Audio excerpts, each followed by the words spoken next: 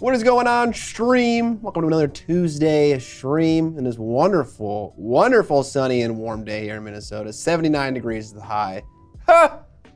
I love it. How you guys doing? A lot of activity going on in chat. Did we miss any subs, Evan? No. Howdy from Greece. What up, HUD? That's amazing. Yeah, the temps are super nice right now in Minnesota. Winter has finally eased its icy clutch on the state, and now it is warm Summer. and stuff. Now it's summer, yeah. Fall and spring don't exist in Minnesota. We have fall. Come on. Yeah, we have fall for like a week. Maybe 2 or 3 sometimes. And spring, we occasionally get spring. It's just this year we have gone from, we broke our record snowfall totals, and like it's the 3rd snowiest year ever. And 5 days later, it's 80 degrees. Yeah. Xander Zone 2424, thank you for the sub. Appreciate it. The Xander Zone. Freak winter storm incoming. Yeah, no kidding. Reaper Miniatures with a raid of 45. Thank you so much, guys, for the raid. We appreciate it.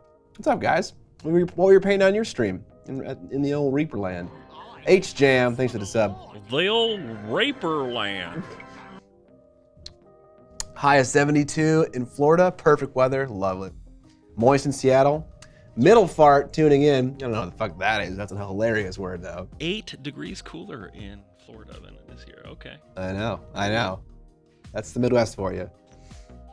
Today we're painting a lovely model from Nico Galaxy called Rosie. We were painting a test model last week's stream as a kind of a warm-up for it, and I have painted the majority of the head.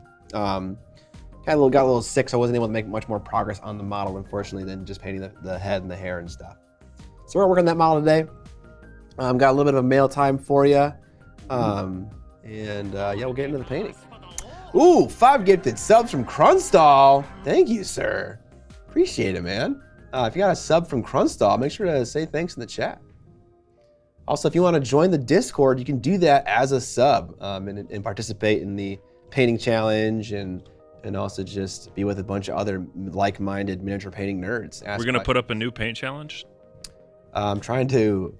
So as part of my little bit of an inside ball here for you guys, I have a business coach, and one activity they asked me to do is to write down on a sheet every responsibility you have in your work. Like what do you have to do? Like no one else does other than you. And so I wrote them all down on the list.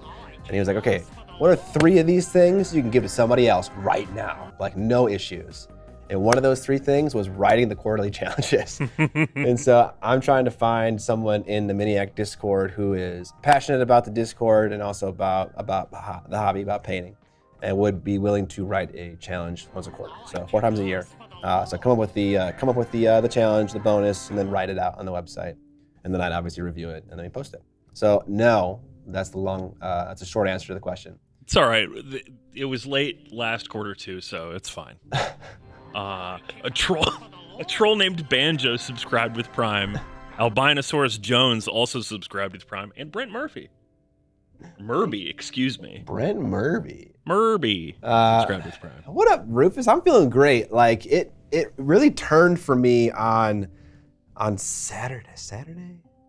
Was this Monday? Yeah, Saturday. I was instantly, okay, I have a cough still, but I feel a million times better. It was so bizarre. So I feel fantastic. I might have a little bit of a lingering cough.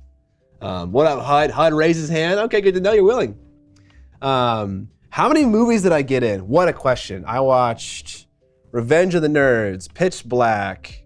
I watched Constantine again. I watched Aeon Flux, and then I watched some bad movies. I watched one called Laser Mission with one of the Lees in it. I'm not sure if it's related to Bruce Lee. Do you know, does Bruce Lee have brothers? I don't think so. Okay, I watched a movie called Laser Mission that had an actor named Brandon Lee. And that's his son. That's his son. Okay, fuck. That's Brandon Lee's the one that died on the set of The Crow. Oh shit, that's him. Yeah. Okay. So that was a terrible movie, but it was awesome to watch. And we also watched Wizards of the Lost Kingdom, which is so fucking bad. And I also watched the new Batman. So what is that? 1, 2, 3, 4, 5, 6, 7. movies. Damn, you should get sick more often. I know, I fucking love watching movies. Skulls and Goblins. Thanks for the sub. Nox Geek as well. Thanks for the sub. I'm sure that, yeah, several people who'd like to do that, including me. All right, good to know we have some interest. So Pitch Black and a bunch of bad movies, got it. Batman's also good. Barry and Co. Yeah, the new Batman was beautiful. It was a beautifully shot movie. I loved the reveal of the car. The car was like a fucking demon in that movie, and I loved it. There was so much cool stuff in that movie. Yeah. I just wish it was a little smarter. I didn't have any issues with the plot or the writing of the story. Yeah, that wasn't... Nothing about that I had a problem with. The execution of it a little bit, but more than that, it was some of the stuff that they did for the sake of being pretty rather than the sake of making sense. Ken Frank 101 subscribed 31 months in a row. That's like back to the Jurassic Age. God damn, Ken Frank. Coming in strong with the sport. Ken Frank, are you the Ken Frank that commissioned the Chaos Renegade Knight? How's my baby? How is it? Let me know. Okay, so mail time. 52 Miniatures, Alex from Sweden, is coming to visit. And he sent along a gift. And the gift is this character that he had commissioned. It's her name is Eve, and she is a female space marine. Okay, of course. Sorry, Ken Frank, you're right. Yes, the Krieg Guardsman bust. But this is Eve. This is a female space marine, or soldier, as he calls it. But yeah, the Emperor wants you for the evolution. Enlist now. This is his initiative just to make the hobby more inclusive. You can actually buy this print. He sent me a fancy print, so that if you were to buy this from Alex, Fancy. It would look like it'd be this. Overexposing right now a little bit, but a very nice print on nice canvas paper. That's all for mail time now, but yeah, Alex is coming in, is he coming in May? And then I have Ollie and Kara coming from Broadsword Wargaming like later in summer. I think in August. And Vince and Adam are coming this summer too. And Vince and Adam are coming this summer to We got just do the guests game. jam-packed in our schedule. I know, it's gonna be a lot of fun. He is such a classy YouTube channel, Ecstasy. I totally agree. Not like us at all. No, we're not classy at all. I just found out that Vigo is as old as Ian McKellen during the filming of Lord of the Rings. Oh, he is that old now as Ian was when they started filming. Yeah, that's kind of wild, dude. It is gonna be a great summer. Love the thing. Still need that signed business card I can put in a display. Oh, fuck, man. I'll do that right now. I didn't know you wanted that. Sorry. Or he did and he forgot. Possibly, yeah. Dude, shout out to my fucking business cards. They are so lit. All right. Little pen action. Do we need to do an American Psycho scene? I mean, Where we compare business cards? I would dominate. Nice little thick card stock with red edges. Logo on one side, info on the other. Here, let's, is there anything incriminating on that card? I mean, it's a business card. There shouldn't be. Oh, yeah, so you're gonna have to zoom out digitally a little bit because I'm shooting this video in 4K, and so I'm optically zoomed in a lot. I'm experimenting with if the resolution actually impacts the performance of the video. Your resolution impact performance. Nice. How are they not coffins? Just didn't think of it at the time. They're nice little squares. They're small. Nice thick cardstock with some cut edges. Square edges. Red on one side, and then just the font on the back. Same guy that makes the my packaging material for my models. But is the paper color bone? Sansarai. Thanks for the prime sub. Appreciate it.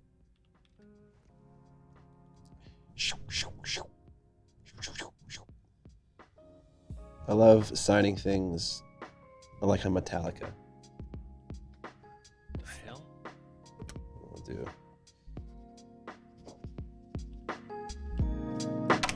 No. All right, That goes to Ken Frank. All right. Painting time. Scott, is that camera not in like 16:9 right now? No, it is in 4x3, I think. Okay. It's 5.8K res. Okay. I can change it to 16:9. No, it's fine. I just, when I was resizing it, I was like, are there supposed to be black bars? Yes. Everything is fine. Hersher Math, thanks for the Prime sub. Honestly, I think it's fine punched in like this. I don't need to resize it. Okay. Yeah, for the face, probably. Here's the face I worked on so far. I tried a couple new things. I tried to paint her like a geisha a little bit and have like a one stripe on the bottom of her lip with some lipstick, but not on the top. I was just kind of trying to mix it up, be inspired by it. And I also try to use lip liner around the lips. You can see that I actually didn't notice this until right now, that the one lip on her left is larger than the other side. So that is gonna need to be fixed. Lips are very fucking hard to paint. So anyways, the lip liner is there to just like be a separation from the skin and the lip. My wife was like, no one uses lip liner that is darker than the lipstick color. They just, they draw in the edge and then fill it in with lipstick. And I was like, oh, okay, I didn't know that. So I might fix that.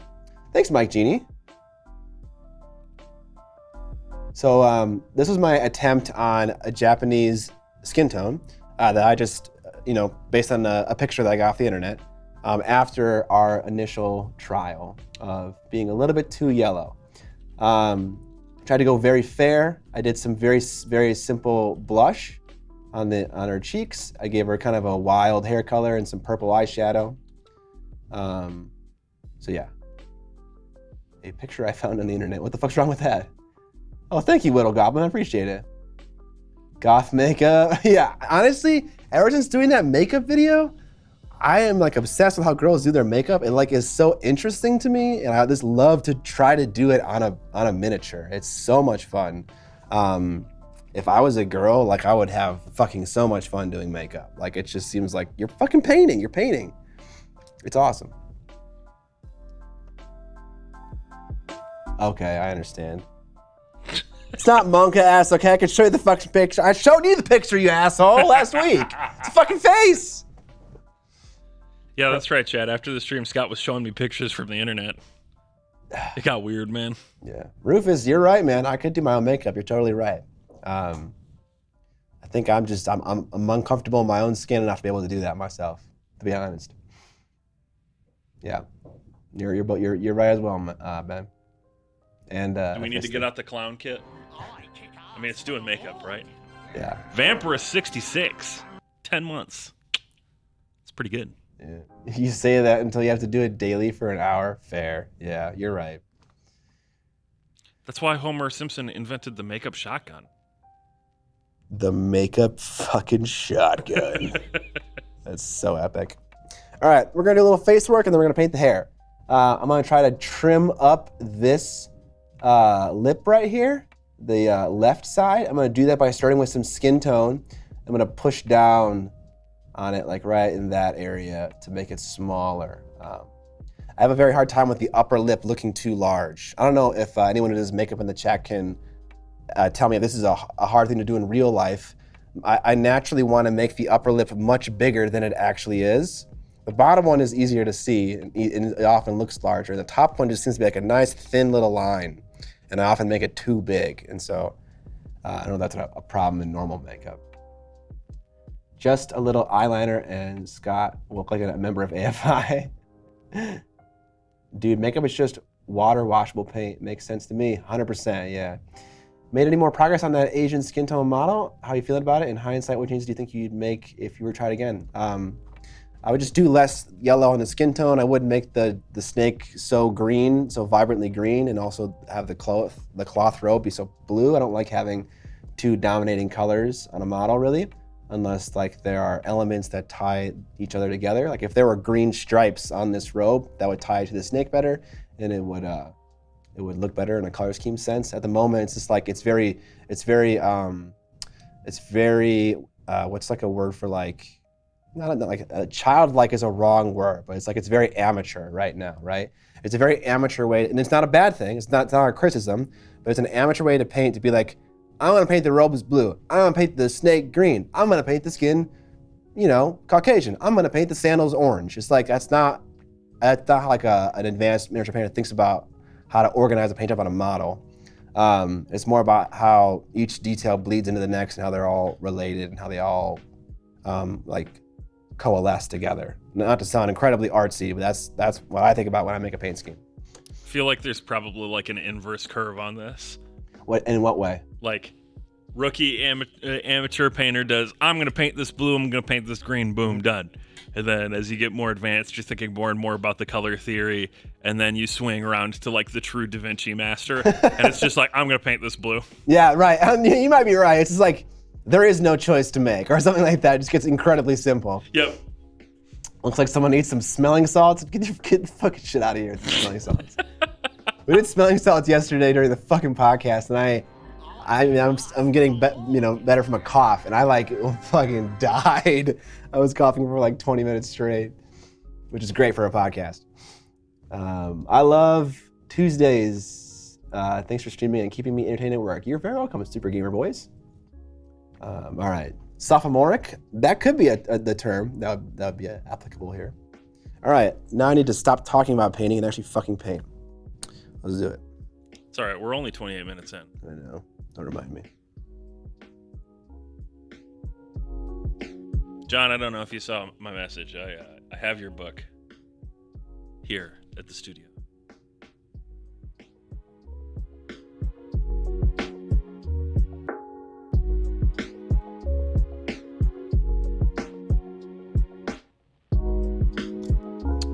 Okay, we're gonna start with what is my mid-tone for my skin tone.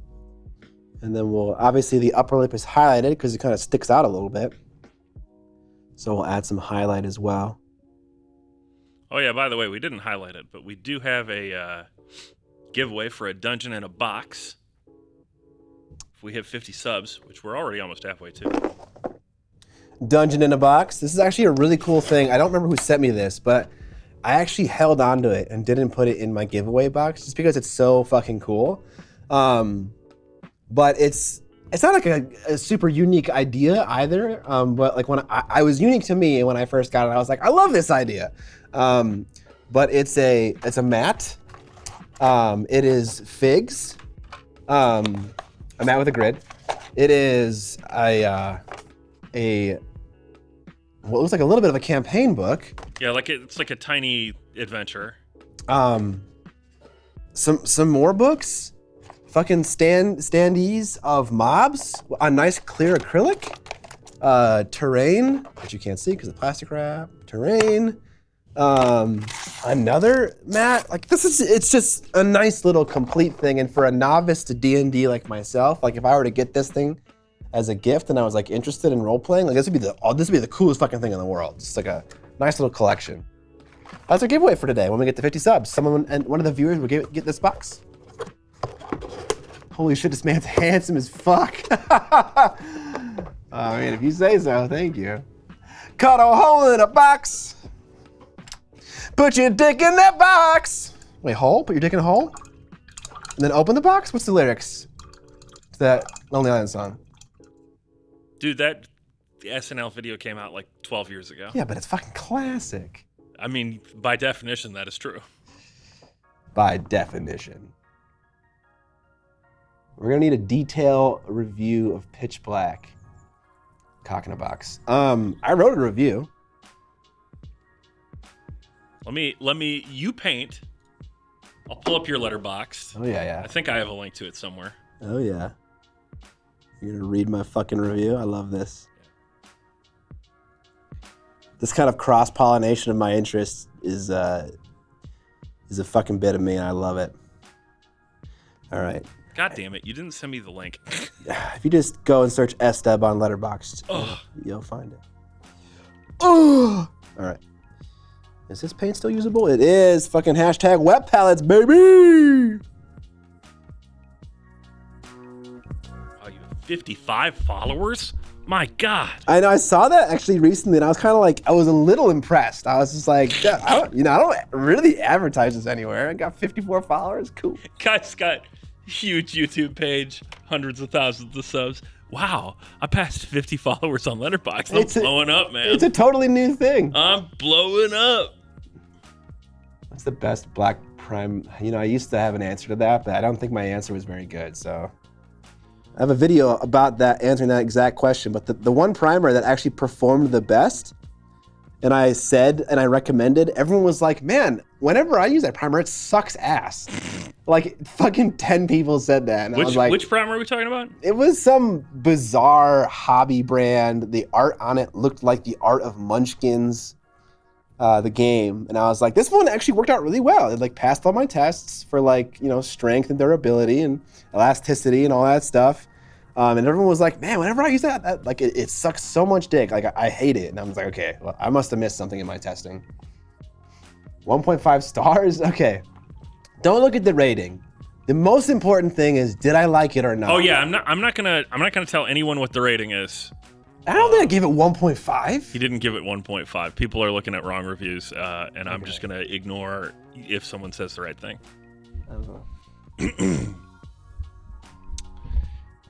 Pitch Black is a fun sci-fi horror that is unfortunately plagued with some distractingly bad dialogue, questionable character choices, and misaligned plot points.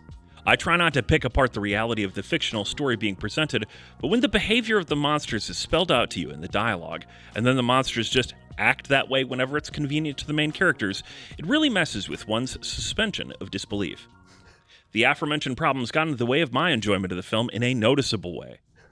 Another kludgy moment was when Carolyn, the ad hoc captain of the survivors, sees a geological sample that is, quote, 22 years old, and immediately understands that there's going to be a potential solar cycle issue.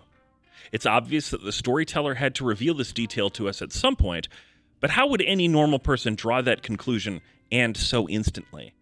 That being said, still a pretty cool story. I liked how the planet was ultra sunny despite the movie being called Pitch Black. It immediately created interest, wondering how the filmmakers were going to resolve that problem. I also liked all the different characters. I appreciated the comment that Riddick made at the end of the film saying, Riddick died on that planet. Metaphorically. It's a bit cheesy, but it's good to show the audience that yes, he was what we presented him as, and he's acting differently now because that experience changed him. I thought that was pretty thoughtful writing. Man, when Evan reads my reviews, it just reminds me of how much of a fucking extra bitch I am writing reviews for no one to read, Not no one. Scott, you've got, what was it? 54, baby. 55 now. Fan movie critics are the worst. That was my review. Yes, he read it. Again, I liked the movie. It was a good movie. I liked it. But, there were some problems, and that's okay. Proper use of personal pronoun. I have to take umbrage with this, though. Take it out. Yeah, let's talk about it. I'm looking at your Aeon Flux rating, and I'm looking at your Pitch Black rating. Read my fucking Aeon Flux review. That movie made me think deep thoughts. Don't read it. It's very long. But that movie made me think very deep thoughts. And Pitch Black didn't. It wasn't that deep. And it doesn't need to be. It's a fun sci-fi movie. Aeon Flux made you think deep thoughts? It did, yes. I can explain it very briefly. Oh, you've never watched the show, though. Yes, I think so. I think the interesting thing came from something else already. It was just baked into the narrative. The problem with Aeon Flux is that it's a adaptation of a far superior, far more interesting existing piece of media. Yeah, and I haven't seen that. Yeah. That's because it's anime.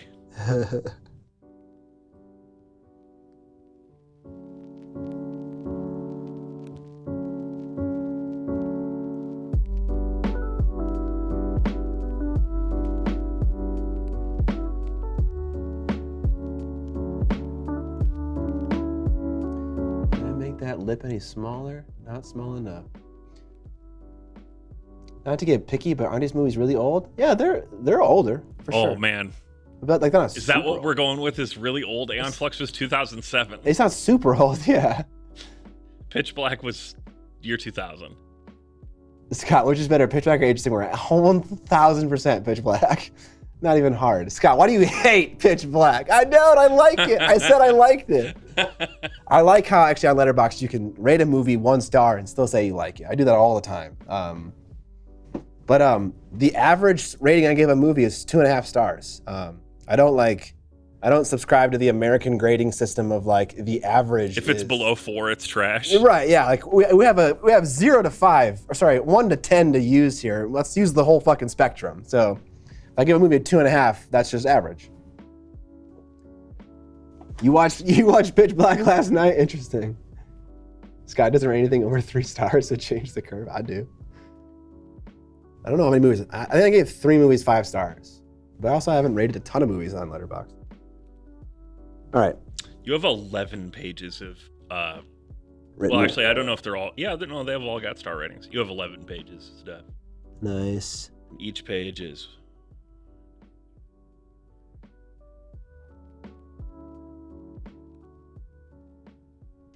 Each page is 66 things. If you just go to my my profile page, you'll see a bunch of stats from my account. Yeah, but I did it manually. That's fine. You've watched 741, but I think you've only rated 600...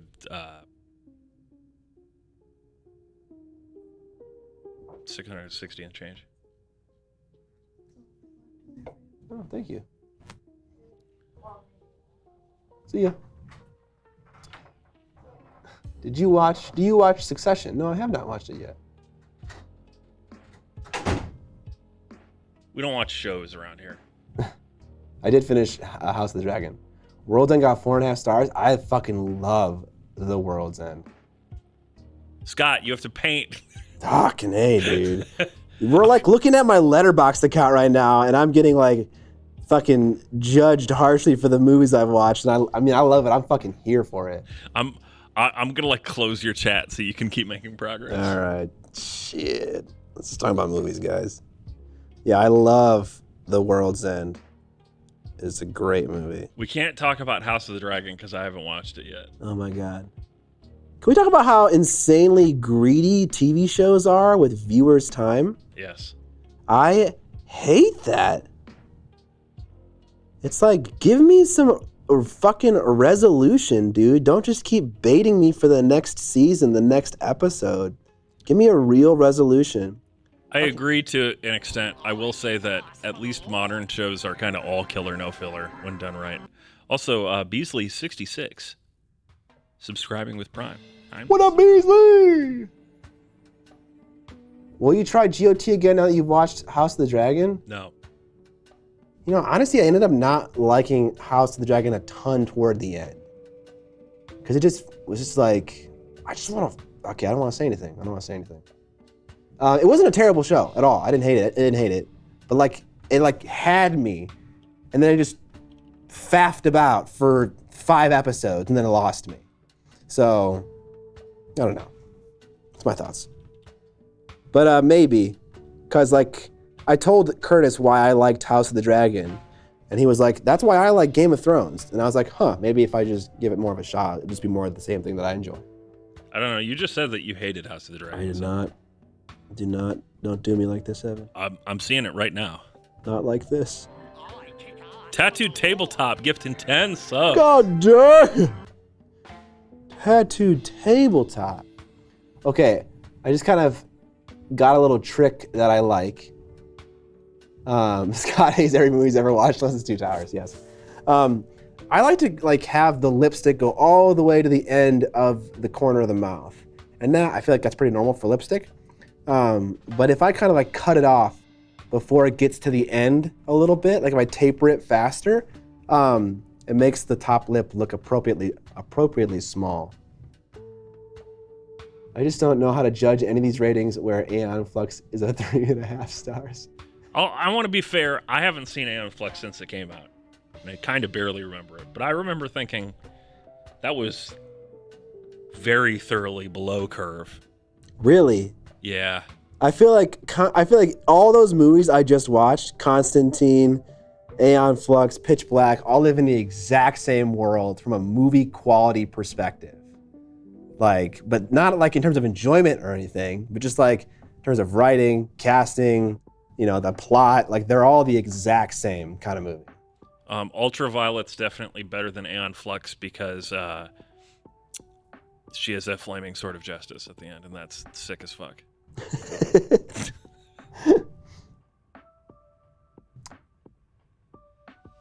I completed Rings of Power.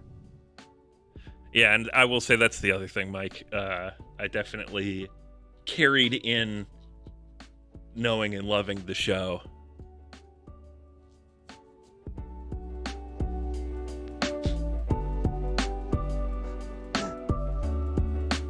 Stop reading chat. I can't help it, honestly. Close it up. I'm doing it. Don't do it. No, I need to know what they're saying about movies and shit.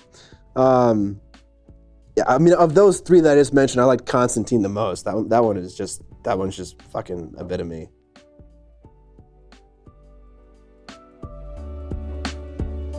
Yeah, but that's because you're like, yeah, fantasy in a current day setting. Yeah, with sold. I mean, yeah, there's that, and it's like fantasy religion. It's like I grew up in religion, and it's like turning that all into a fantasy lore, and it's just like that's just so fucking cool. That's so cool. I need to read the Hellblazer comics now. I need to. I mean, I already explained this in the Discord a little bit. Hellraiser? Hellblazer, sorry. Hellblazer? Hellboy? Hellblazer, I believe, is the John Constantine comic book series. Dresden File books. I don't do a ton of reading because I'm a fucking degenerate. Dresden File audiobooks. There we go. If you really want to make fans of the Property Mad Dresden Files TV show.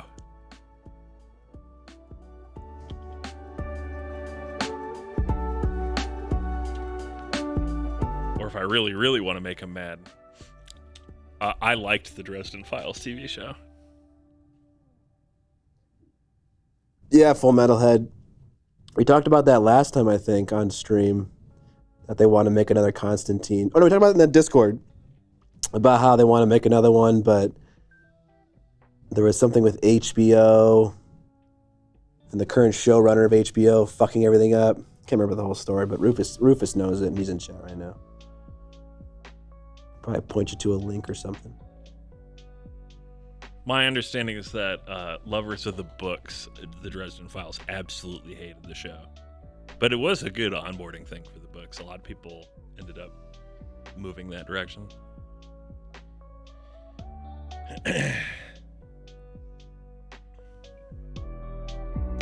Yeah, that's a lot of 3.5 stars, huh? So, okay. This is a little unfair because I've rated these movies at very different times in my movie watching career, and it's impossible to not adjust your scale as you move on. And so I would put some of those down lower. The Help stays at 3.5. Weird would go down. Dr. Sleep would go down. Run Lola would stay. Goodfellas would stay. Kingdom of Heaven might even go up.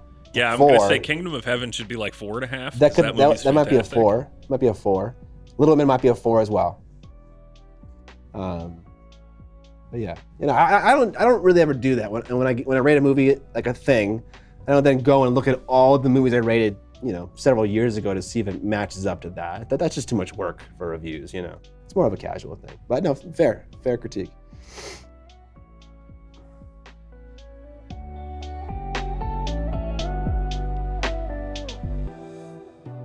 But I encourage you guys to all use Letterboxd. It's a great way. Like you can use it in so many ways, You can use it as just a watch list maintainer, just to keep track of what you want to watch. You can use it in so many ways, as long as it's about categorizing the things that you have watched. Of course. That goes without saying. Does that need to be said? Yes. No, it fucking doesn't. We're talking about movies right now. No, but that's the context. You can use it in so many ways, as long as it's this, one very specific thing. Okay, I'll spell out everything for you guys so you know exactly what I'm saying. You can use Letterboxd to categorize your movie watching, because it is a movie watching fucking logging app. Wow. But it's great. You can use watch lists. You can just say you've watched a movie. You don't gotta rate it. You can say if you liked it or not. You can give it an actual star rating. You can actually write something. It's all optional. You don't have to do any of it. And so you kind of just pick your own adventure, essentially.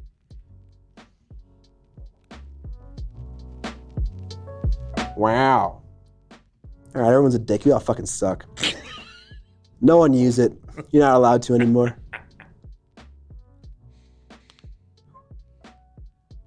I think my... It's the only way to get Scott to stop looking at chat is to make him feel spurned by us. Yeah. Fucking spurning me. Quit spurning me, bro.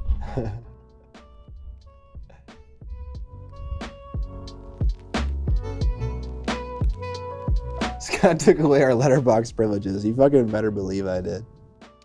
You don't deserve them. I'm gonna try and find the worst take on your Letterboxd page. Please do. I will defend anything to the death. Yeah, you and me both, buddy. I know.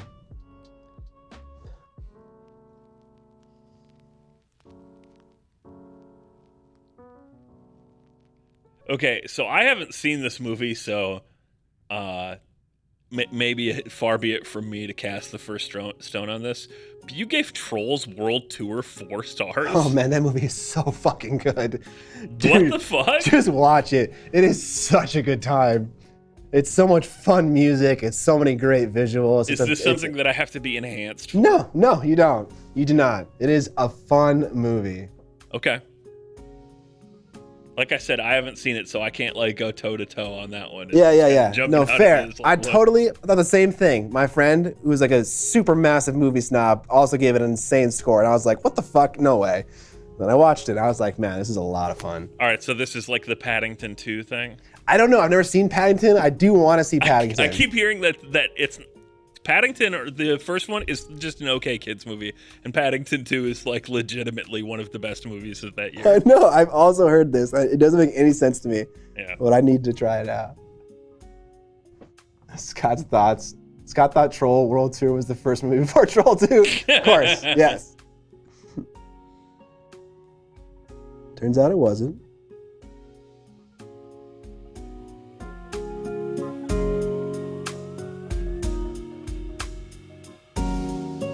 Okay, did I do it? Oh yeah, we're getting there. We're getting there, chat. It's getting smaller and smaller. I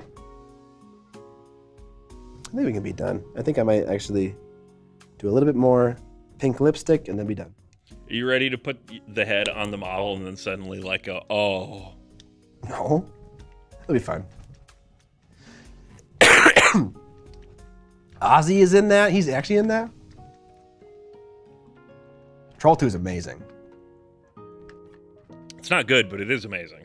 What we do in the shadows 3.5. You know, if I can be totally honest with you guys, a lot of kind of like the awkward dad humor of What We Do in the Shadows doesn't really work for me. I obviously see how it's funny, but I personally don't find it funny. Reported. It's the kind of humor where it's like everyone in the room is acting like something that's happening right now isn't totally bizarre and weird, but no one's saying anything. It's like that doesn't really. I don't find that funny very much. You've got Sicario on here, but you didn't rate it. I know. I can't remember I think I like fell asleep while watching it or something like that. Okay. I don't remember much about it at all. Sicario 5, easy. I would agree with that. That's Villeneuve's best movie for sure. What am I watching on YouTube recently? I am watching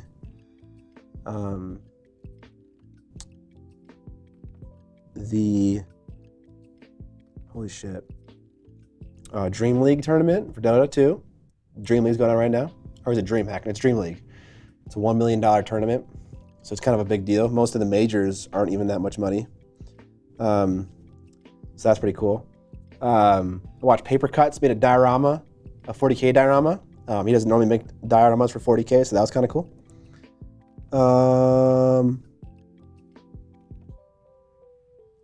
I watched, there was a recent oh man, what's the name of that video? There was a new Primitive Technology video recently that I watched. I love Primitive Technology. He's a lot of fun. I watched a 5.5-hour WAN show.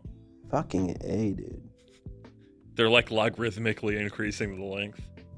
Within like 15 WAN shows, the next one will just go until the heat death of the universe.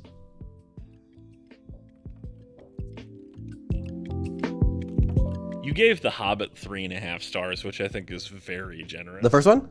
Yeah. That one's fine. No, but okay. Maybe sure. 3. Maybe 3. Like 2.5 at best. But not worth fighting about. It's a middling film. With a middling score. Sure. Maybe my average is 3. I think if you actually look at my my account, you'll see where I gave the majority of the ratings, and I think it is actually 3, not 2.5. Yeah, center point of your rating scale is actually between 3 and 3.5. But yeah, that could probably be lower. Howard the Duck, baby! I love that movie. Oh my god. I love how this entire argument for chat is just centered around where Pitch Black lives on this rating scale. Fine, I'll give it a 3, guys. Like it doesn't, like that, I don't think it matters a lot for me, like where it lives. Yeah, it's Pitch Black and Aeon Flux. It's how these two relate. Riddick was actually good, like the movie Riddick. All Chronicles movies are Riddick, you mean? No, he's saying just Riddick, the 2013 one. Oh, okay. All movies are okay, quote Scott. I mean, that's kind of my opinion. Like most movies are in a very fat middle, and they're special in their own unique ways, but like cinematographically and cinematographically and like other reasons they don't really excel. They kind of excel in their own small ways. And then there are outliers that are amazing, like Everything Everywhere All at Once. Incredible film, It was pretty good. Where everything comes together, like every department is kicking ass, So those are special movies. Mad Max Fury Road is pretty good too. Will I promise to watch Sicario this week? Probably not. Not Sicario. Just got to get him sick again.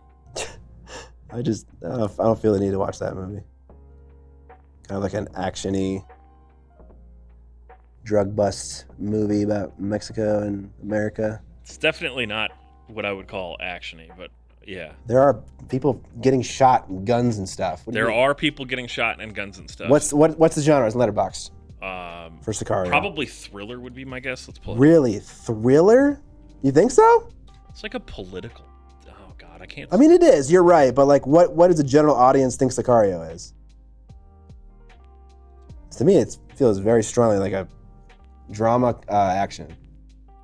I have watched Drive, by Nicholas Winding Refn.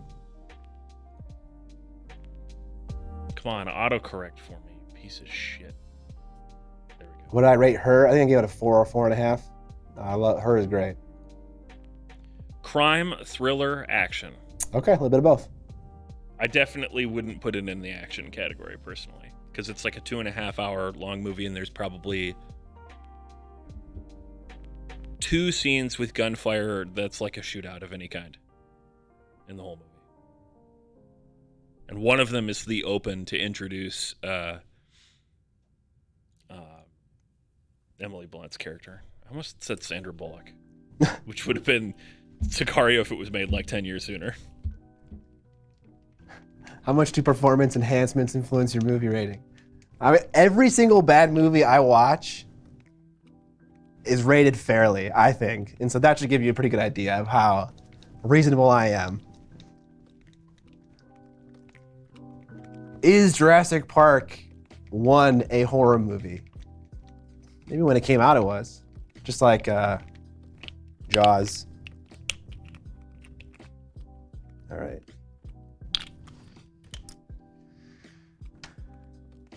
I have watched A Place Beyond the Pines. That's very good. Total Recall 2012, 2.5 stars. Well. No Country for Old Men. That one should be probably higher. I watched it a long time ago, and I don't remember. I remember rating that movie when I first got onto the Letterboxd platform. It was like before you really had developed taste. Yeah.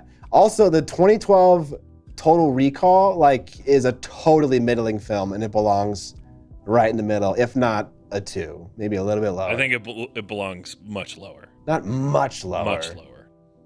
Not much lower. It's like... Bro, you have not seen bad movies. Yes, Evan, I have. if you think that one is fucking... No, I rate movies on a scale that includes their creative worth and value. Sure, yeah, but And like there's so many other things to rate a film by too, though. Sure, but that movie is, if you just had Chat GPT make you a movie, that's the sort of thing it would come up with. Yeah, it's very low on creativity, but the visual effects, the action, the world building... All very low on creativity and interest, and also gravity doesn't work the way that they have it work in that movie, and it made me very angry. Okay.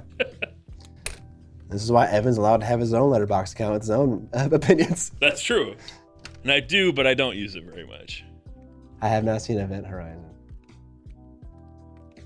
There's so many things to rate a movie by in my head, so it's very difficult for a movie just to totally fail and get like a 1.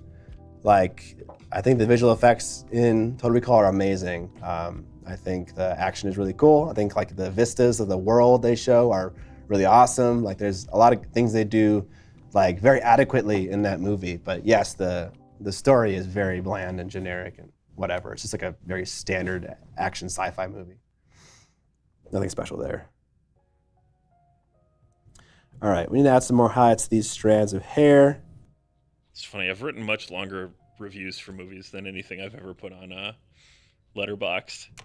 All of my reviews on Letterboxd are pretty short. Where do you write long reviews? I used to write reviews for like forums that I was on and stuff. Okay, gotcha. Back in the day. In the day.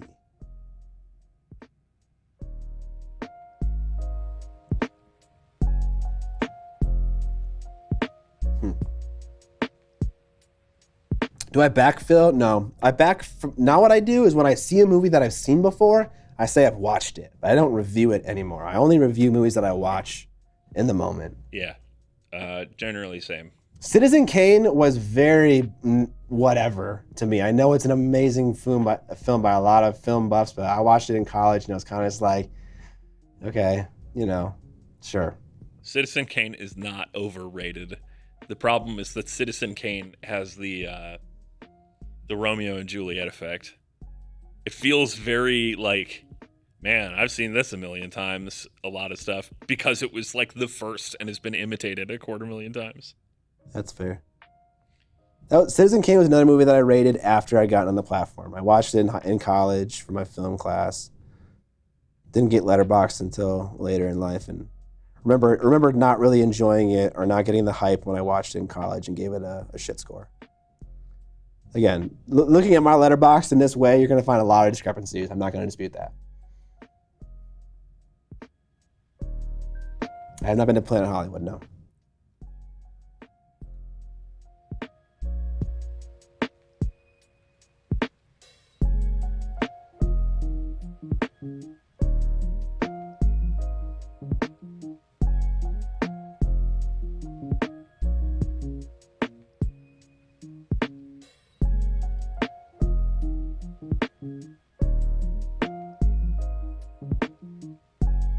Did you find the most ridiculous score?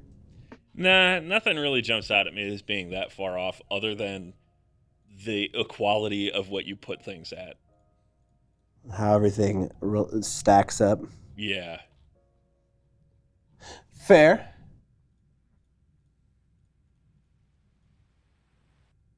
Scott didn't get a Simpsons reference. I was never allowed to watch Simpsons as a kid. It's like I just never built the habit.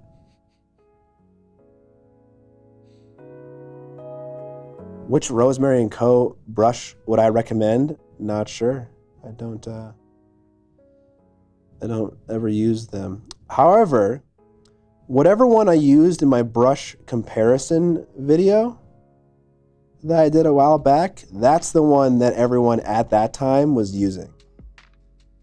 That will have a name and also a link in the description to it. So if you want to check that out, Ken, that's where I would look.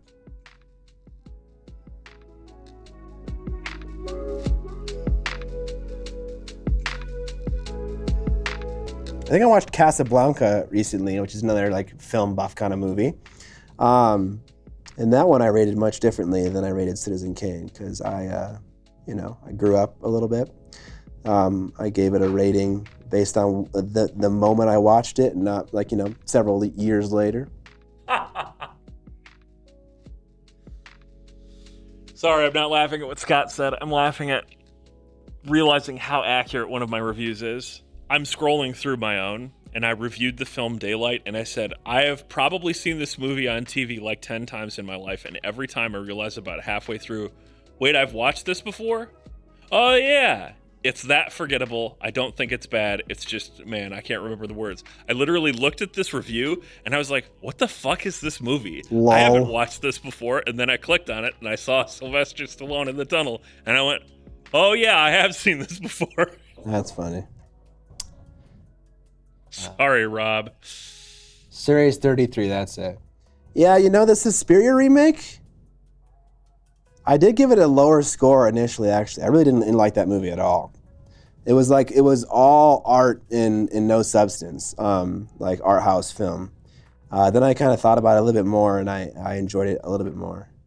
But I bet now if I watched it, I'd have a very different opinion of it. Just because now I can watch like a legit giallo horror movie, like Bird with the Crystal Plumage, or Deep Red, or Opera, or any one of those by Dario Argento, and I really enjoy those ones. So I bet if I watched it again, I would think differently.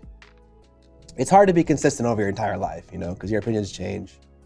You watch different movies, you are okay with worse things and stuff like that. And yet, in many ways, I'm exactly the same person I was when I was 12.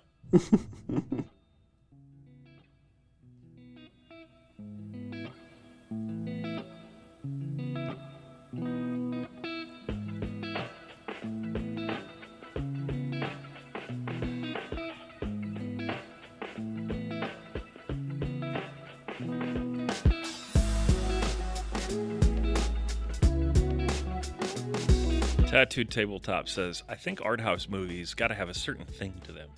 I would consider Lost in Translation a very kind of art house film, but the comedy separates it and amplifies it. I'm not sure I would call that an art house movie, but I definitely see where you're coming from. It definitely leans into more of a unspoken theme. It's a lot more show than tell compared to other movies. But yeah, like everything's a spectrum, right? And like the more art housey you get, the more it kind of makes the viewer patient, kind of wait for things to be explained, or things don't get explained at all. There's more mystery and intrigue going on with art house, because it's kind of more left up to the mind's eye. But yeah, it's all on a spectrum. But like a movie like Raw, for instance, for me is like an art house movie. Or what was that one movie? I can't remember. Well, I don't know, because if you can't remember, I certainly can't. I know, it was... The B movie 3 stars, Citizen Kane 3 stars. What's it? No, dude, the B movie is fucking great. Here's the thing. It's like certain movies excel in certain ways, and others excel in different ways. So looking at a score and equating the two films because the score is the same is not how it works, right? Like they're good for different reasons, essentially. And again, Citizen Kane, whatever. I rated it after I'd watched it several years later. The B movie is amazing. It is so fucking funny. It is so self-aware. It's just it's a great time. It's a great comedy. Again, it's a great comedy. It's not going to emotionally uplift you. It's not going to change the way you see the world. You know. Rufus has got you nailed. Woman wants to nail B 3 stars. Yeah, sure.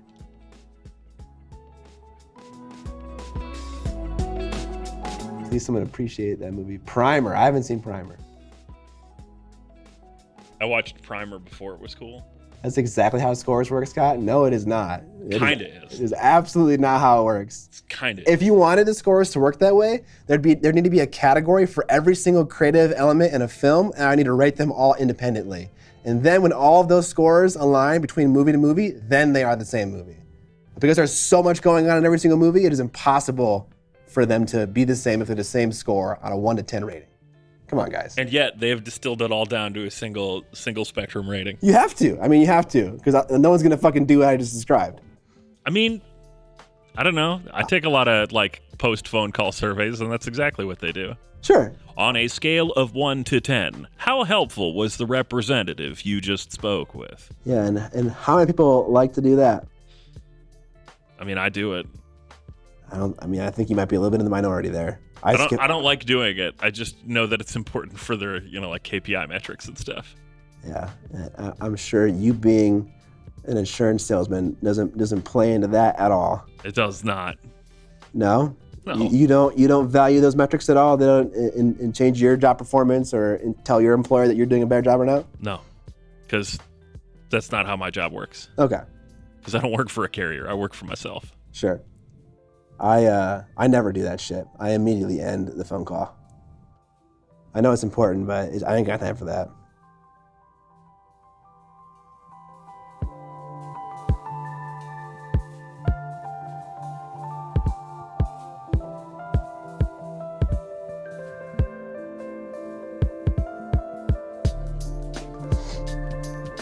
Hi, Crack. What up? Dark Trick?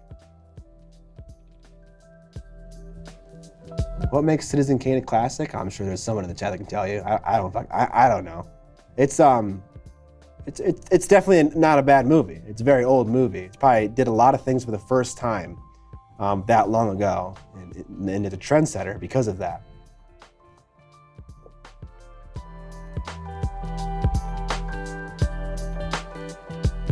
Oh, I bet Tattooed Tabletop.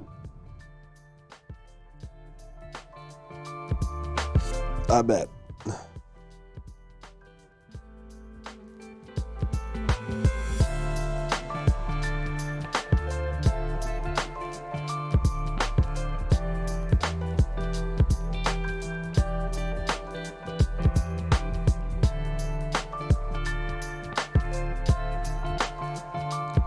Actually, remember, I didn't just mix black into my blue to do the shading for the hair.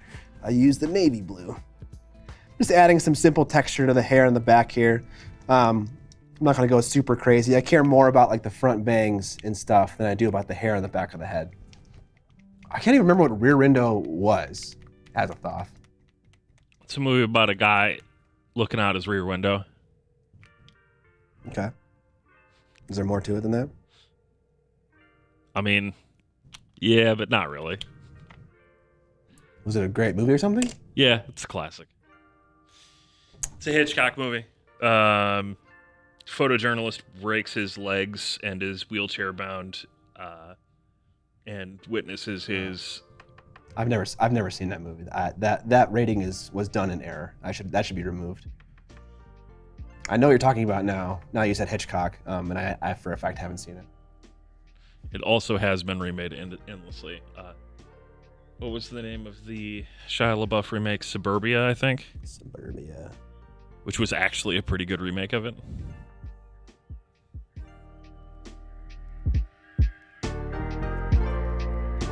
He was speculating what other classics you would underrate. Oh.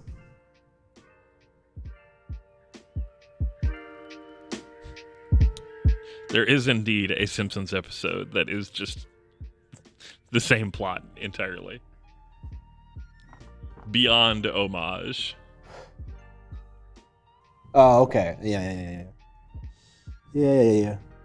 Maybe I'd underrate some classics. I don't know. I mean, I haven't seen Lawrence of Arabia. Peanut Butter Falcon was pretty good. I really enjoyed that. I still haven't watched that. It's on my list. I need to go watch Renfield. Some people at the store for Paint Night last night got to see a preview of it, and they said it was good. Nice. I don't know if they have good taste in movies or not, but whatever. It's just more momentum to me seeing another Nicolas Cage movie. So I gotta ask Chad, do you guys all like every critically acclaimed film that's ever existed? You don't dislike any of them? Like as a thought, are you just like every film buff major that loves every film? Like you love all those movies too? Like you love Boyhood, you love Scanner Darkly, you love Godfather, you love Casablanca, you love, Singing in the Rain, you love all those movies? None of you dislike? Shawshank is another one. Ben-Hur, yeah. I'm banning Mike Genie right now. Sorry, Mike. Shawshank does nothing for you. Well, it was good knowing you, buddy. Some like it hot. Some like it hot. You mentioned, yeah. These are critically acclaimed, like famous movies. I'm just saying, like, and I like some of them too. Like, but they don't like move me in insane ways. Not all of them do. Some of them do, but not all of them. Ben-Hur is fucking rough. I don't like Hellraiser. That's okay. Hellraiser is a shit movie, dude. That's a bad movie.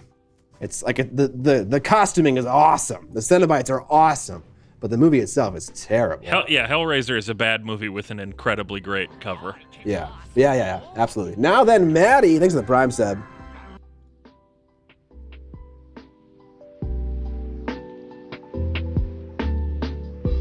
I also wasn't the hugest fan of Candyman. I didn't watch the remake, but the original. They had like a really cool idea for a horror movie, and they kind of just didn't go the extra mile, I think. I thought I thought the movie was supposed to be a commentary on living in low-income housing for like African American citizens, and like they just didn't go that direction at all. And I thought that'd have been such a powerful message in a horror movie. I love when there are powerful messages in horror movies. And I think it's supposed to do that a little bit, but it just is so vague about it, and so weak about it, that it just feels like a wasted opportunity. Yeah, I agree. It shit the bed. What up, Alex H? Don't try. I know. I just stopped immediately. That's why I didn't read it out loud. I just was like, I'll put it on screen and you can say hi back. Denzel won Best Actor in Training Day over Russell Crowe for A Beautiful Mind. That's a bit sus. But also, Denzel is fucking GOAT. Yeah. And that he is great in that movie. He is an asshole. You hate him in that movie. And so he's doing a great job at being a hateful person, or a hated person, rather. Yeah. Denzel inhabits roles really well. Yeah. I can't really think of any movies that I've watched that I didn't enjoy his performance. Yeah. I was gonna say, you mentioned critical acclaimed movies that, like, you don't agree with at all. Yeah. I absolutely loathe Gravity. Oh yeah. I think that is one of the worst movies made in the last 20 years. Okay. And I really disliked Juno as well. Okay. Those are like two that come to mind that are everybody loved, critically acclaimed, blah, blah, blah. They both sucked. Charlie Chaplin and the Marx Brothers are overrated. I love the Marx Brothers. I have not seen Virtuosity.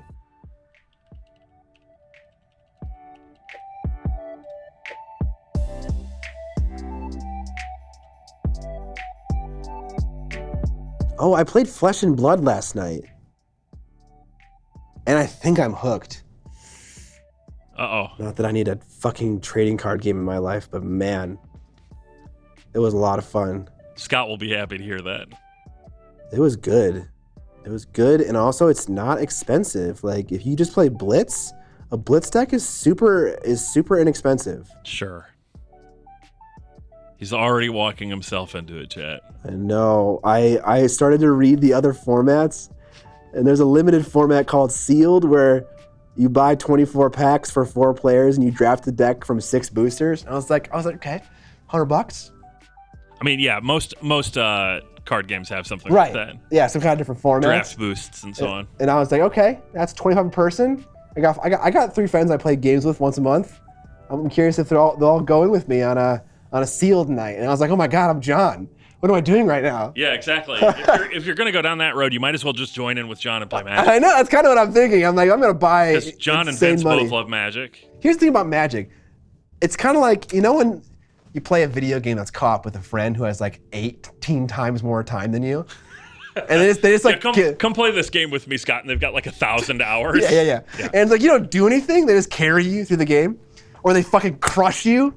That's me playing Magic with John. It's just like... He's like, yeah, come play with me, it'll be fun. And it's like, his deck cost fucking $5,000. And it's like, ooh, look at me, I bought this deck from the source. And I just get fucking crushed.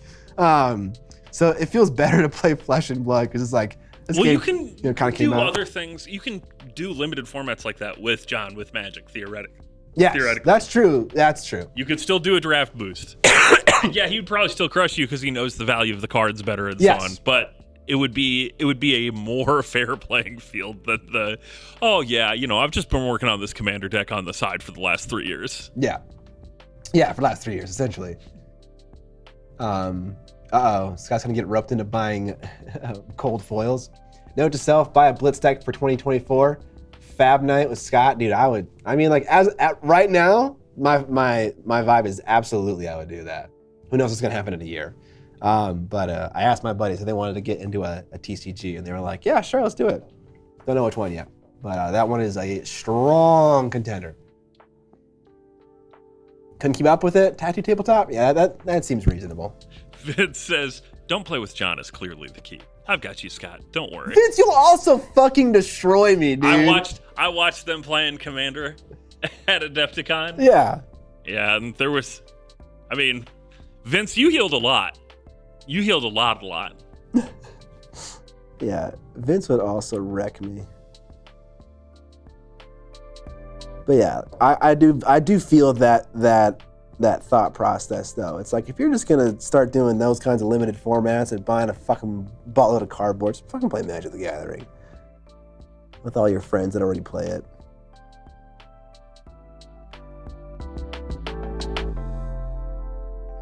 I'm just a tryhard. I don't want to be the one guy in the friend group that sucks at Magic. So the solution is just to not play Magic. I'm gonna forge my own path.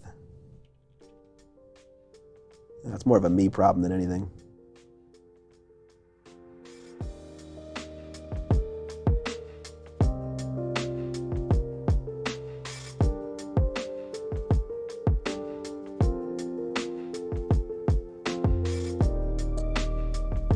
Oh, there's something else happening this Wednesday. I am gonna be on Vince's Warhammer Weekly, y'all. Oh God, that's happening finally. It's happening this Wednesday. I'm so excited. You guys have no idea. It is gonna be great. The exposure on this camera is way too bright.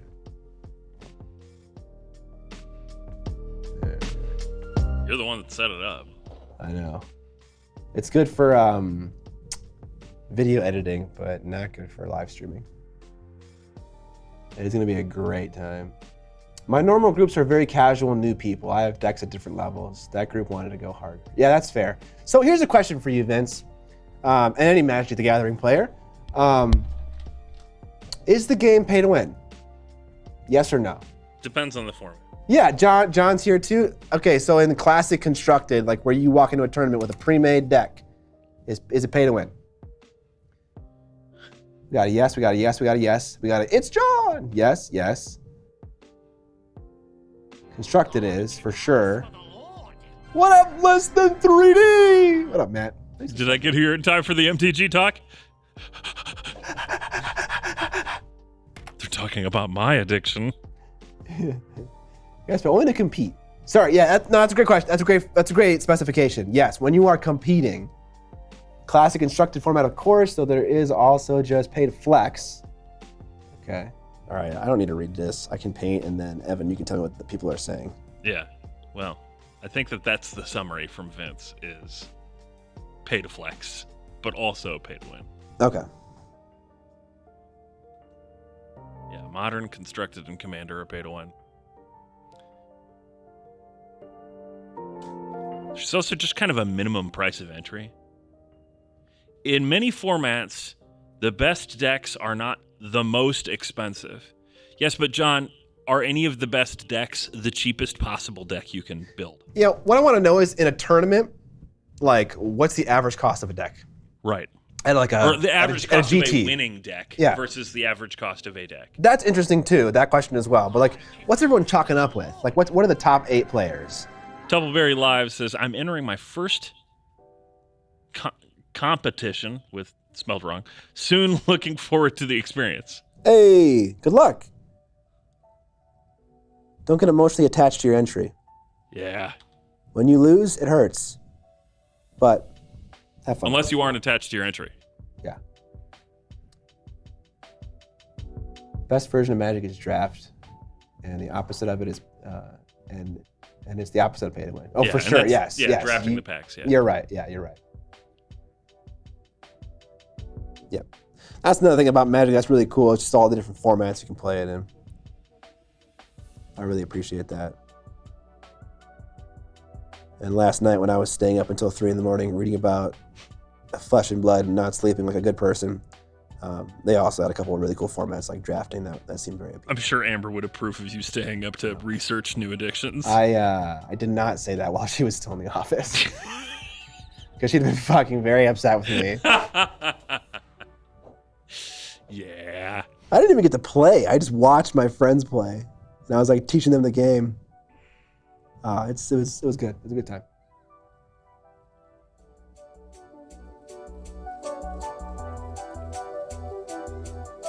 Everything in standard meta, according to Mike Genie, is like $500 to $600 for a winning deck.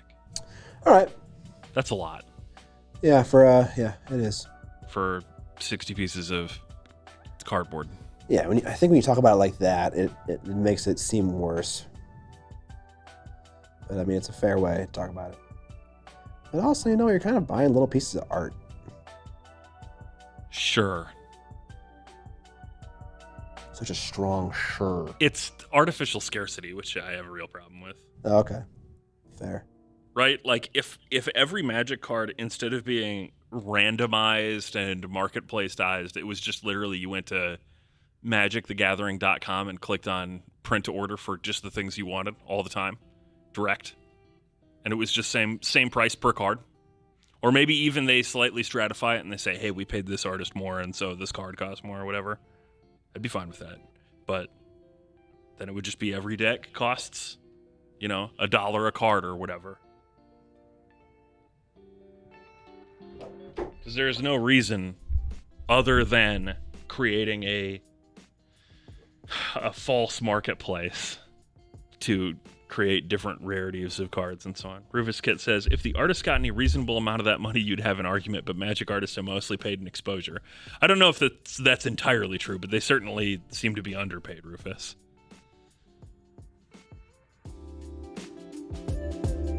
Cardboard holds and increases in value better than most things you own. Yeah. Yeah, probably. Most things because you of own. that artificial scarcity and the marketplace that is created by collectibles markets in general. You play a TCG at all, Evan? I used to play Magic. Yeah.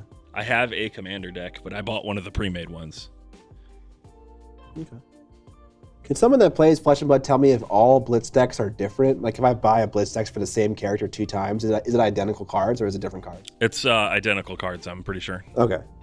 Like they're super cheap on TCG Player. Like I was looking at this one hero named Chain, and it was like $6. Yeah, I honestly think that you should talk to Scott about it because he is a Flesh and Blood player and can really give you the business. What's the business? The business.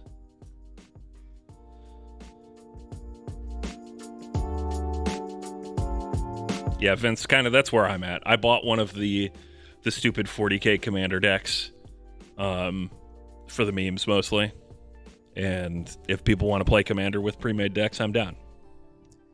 Yeah, that's kind of where I'm at as well. It's like all my buddies, they're not like huge card game players. Will like pick a hero you like from Flesh and Blood, buy its Blitz deck, and then just fucking play with it, and that's it.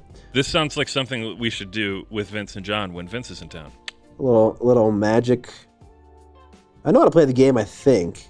I played it when I was younger. It's pretty easy. Yeah. It's pretty easy until you get into it. Well, I mean, like, it's easy in the same way that Song is easy. Sure, It's approachable. Yeah. The basic rule set's pretty simple. There's lots of interactions that come into play through different cards and stuff, but... Yeah. And yeah, I would say that it seems like I did a little bit of research on the pre-constructed commander decks, and they're pretty simple. Yeah, and I would be down to buy one of the Blitz decks for Flesh and Blood and play that. I If you want to, I kind of feel bad, honestly. Like, I feel bad as the friend who like doesn't play TCGs, and then when I get into one, I get into the one that you're not into. Like, I feel like that's kind of scummy. I'm not into any of them. I'm talking to John right now. Oh. But no, I mean, fair play. John has spent enough on Magic that you can tell him to spend $40 on a different TCG. Not even 40 for a Blitz, man. Like, it costs like $5 to $12. Okay, it's crazy cheap. Crazy. For $40, so he can buy 3 decks and have choices. Yeah. Whoa. No, I mean, that'd be cool. Yeah, that'd be super cool if you wanted to do that. I really enjoy it. But I would also play Magic. I have a deck for Magic, but I don't know what format it would be legal in. But I'll play it, and you can trounce me. This is also my problem with Magic. Fucking John. I'll buy 20 of them. There's going to be one single One Ring card in the upcoming Lord of the Rings Magic the Gathering set. Which is like, at face value, that's cool. But on the other hand, it's like, why? Why? Why would you do this?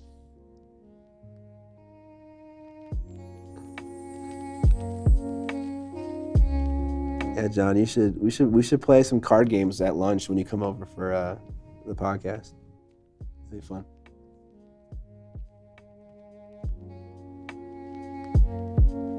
Scott's like, hey guys, Digimon. Yeah, that's me. All the friends are playing Pokemon, and I'm just a fucking asshole over here.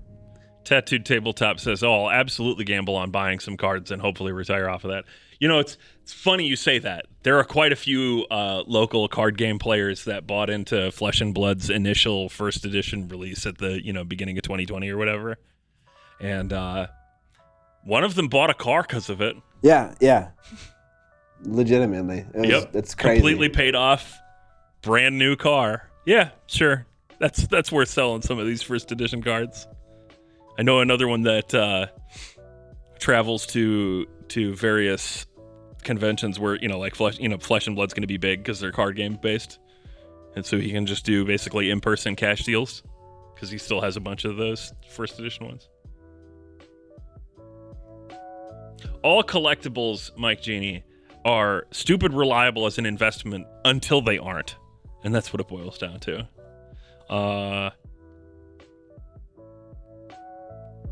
Nitro Sarcasto says, I'm helping run a local painting competition. I am not a good painter. Yes, you are. But I am a good organizer.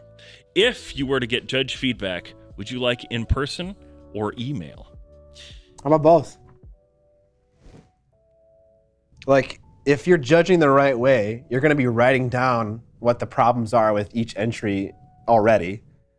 Give the person that written feedback, and then while they're there, they can ask questions if they want any. And then your judges don't have any, obligations outside of the time frame of the competition. They don't got to answer emails with questions and shit.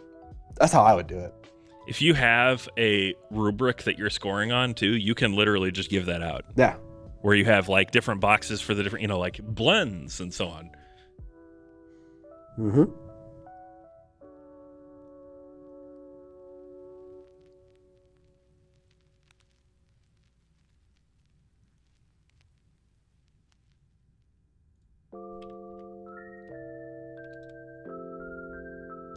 Feels really warm in here.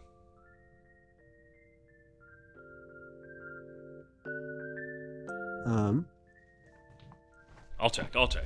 You keep painting. Okay. I'm doing really finicky work right here, chat.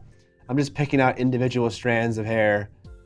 They were painted roughly with the wet blend, and I'm just trying to give detail to some of them so that when you look at it, it's not like I didn't put any effort into it. And this is kind of very tedious work, so it's going to take a little bit of time. I mean, all you're doing is painting your head forever. Yep. Next 7 years, paint a head.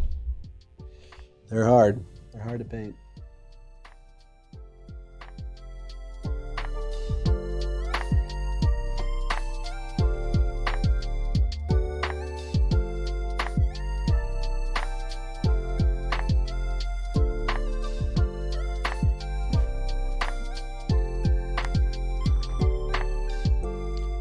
You maybe, Rufus.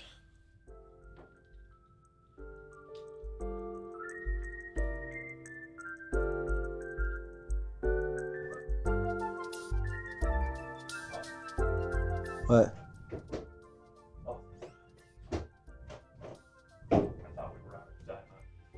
Gotcha.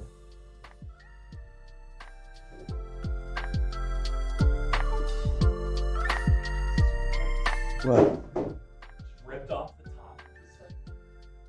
Yeah, like a heathen. I don't know. If it isn't immediately obvious how to do something that's not important, I will just take the brute force approach. I'm not gonna sit here and try to figure out how they wanted me to open the soda box. I'm just gonna fucking tear it open. Yep. Tearing it open is one thing. You teared the whole. I'm strong, Evan. I'm a strong boy.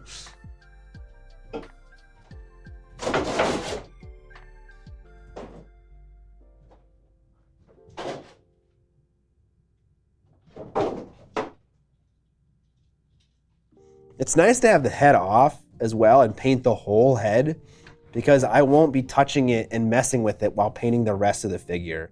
And so I can paint the back of the hair knowing that I won't fuck it up, which is a nice thing to do. He likes to decapitate them before he paints them. Yeah. First we're cutting them down for movie ratings. Now it's how you open soda boxes. You know, for some reason, people like to criticize me. I think it's because I am a fairly critical person, and you know, I'm okay for it. I like the conversations mostly until it becomes like, what's the? Why aren't your minis painted, Scott? Well, not You're a that. professional mini painter. When it becomes personal, what's it called when you make a personal insult as an argument? It's like a Latin term. Oh, what is that? I feel like I want to think of the word ad hoc, but it's not that. I know what ad hoc means. Ad hominem? Ad hominem, yeah. Then it's just like no fun. Your argument's bad because you're too skinny to make it. Yeah. Burp, burp, burp, burp. You don't know Carther, you have fucking glasses. That is still, to date, my favorite salty comment in any of those videos. It's the, how can you possibly know color theory, you wear glasses? That's not so much ad hominem, that is a fact, but it's still funny. Your movie ratings are bad because you gave the B movie 3 stars. Fair. That's not ad hominem either. That is also just observational fact. Yeah, that is just observation. Well, models, this is the model called Rosie from the company Nico Galaxy. That's a 75mm display model. Here's the rest of the figure that I'm not painting yet. There's the link to it. Also, it's in the description of the stream. Nice. She's got fucking 2 cool submachine guns. Thank you for not saying Uzis. I called them Uzis last time, and some fucking gun people did not like me for that. I mean, just Evan. Yeah. Evan was the one. I didn't dislike it. I just said, those are definitely based off of the Osprey Mac 11s or Mac 10s. Okay. Is it Neko? Neko? Matt, why don't you just tell me how to pronounce it? Nico Galaxy.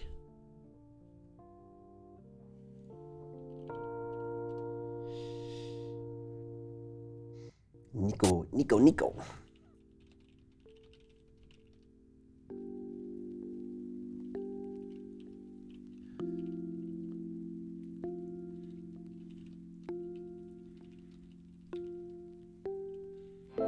I did not print it myself. It's a resin cast. Katie in LA. Thank you for the sub. Echo. Yeah. Neko Galaxy? Neko Galaxy. That's how you pronounce it? Yeah. You've spoken with the Polish manufacturers, and this is what they say I pronounce their brand? My assumption is that they're just using a Japanese word, but whatever. Neko wafers. Is it... There's a Japanese word? Neko? Yeah, it means cat.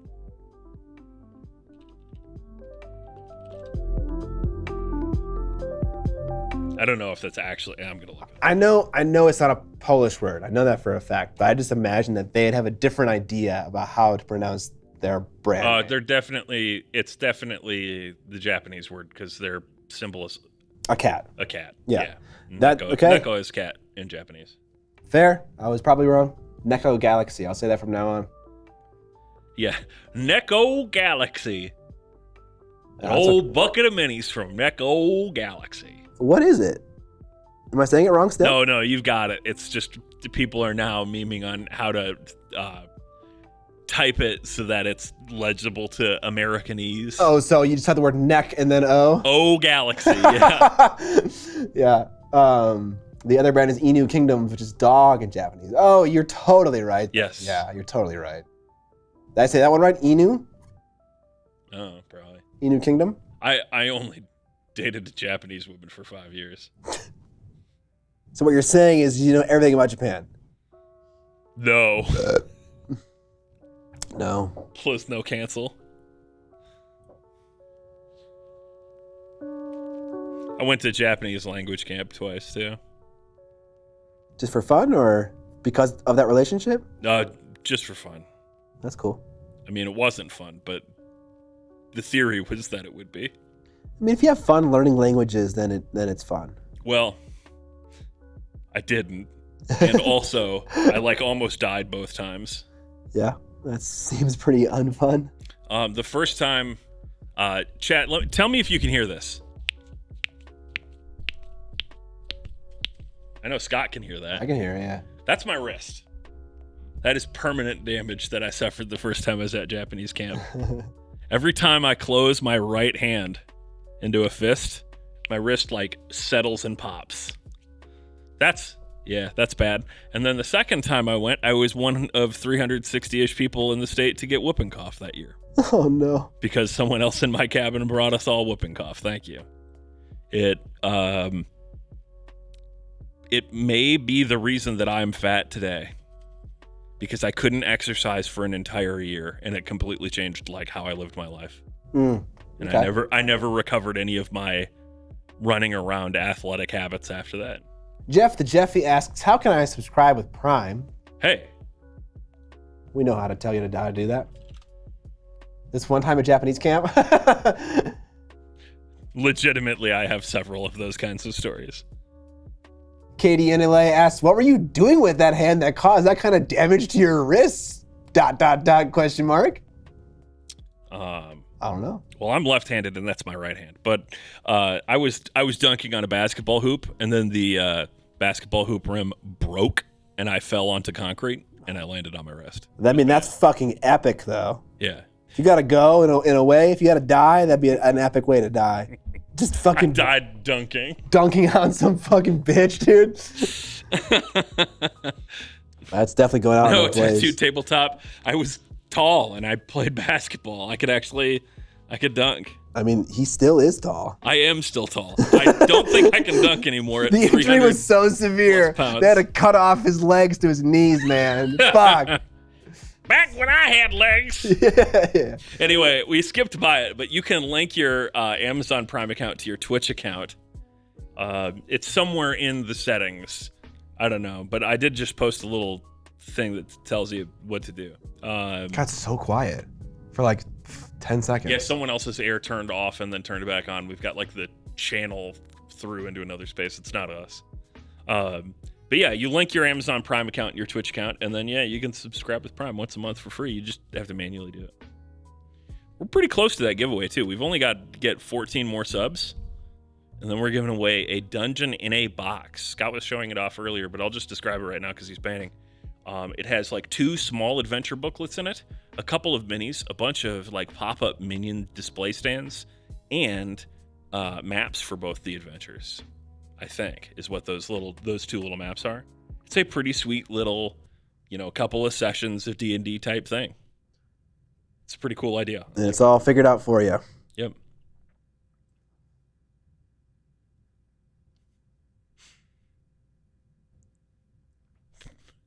Bankenheim says, you ever just dunk yourself into heaven? Got at the pearly gates with a high five and a number 1 jersey? It's true. It's like that flying through space meme from 5 years ago. That just dunk myself right into space. See, I was thinking of Krispy Kreme or Froggy Fresh. Yeah, that too. Yeah. Yeah, shooting star meme. That's it. Yep.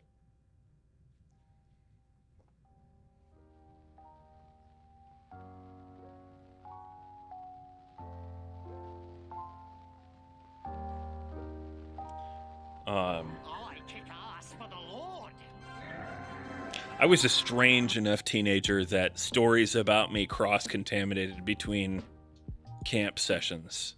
And someone heard about me through word of mouth and when they came to my high school, like they transferred there when they were a sophomore or whatever. We were talking, and I talked about being at Japanese camp, and he was like, "Oh shit, you're that Evan." And I have never been either prouder or more mortified in my life. That's hilarious. Zavala Hobbies, thanks to the Prime sub. It's weird that one automatically checked itself off. Is that the guy that almost died dunking? Did it involve a flute? No, it did not. Unfortunately, they were not tales of triumph. They were mostly tales of woe. Sag. Or tales of weirdo charisma. Chat, you know me. I'm a weird person. What up, Dr. Rhino? You getting a phone call, Scott? No, I just promised my wife that if I saw an answer to a question, I would tell her the answer because she was very curious.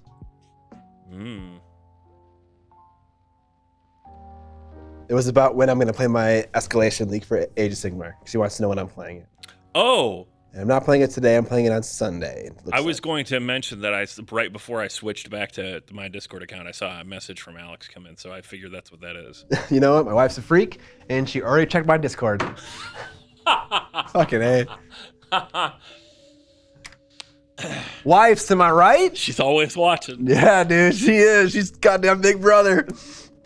You probably watch this right now, Amber. What the fuck?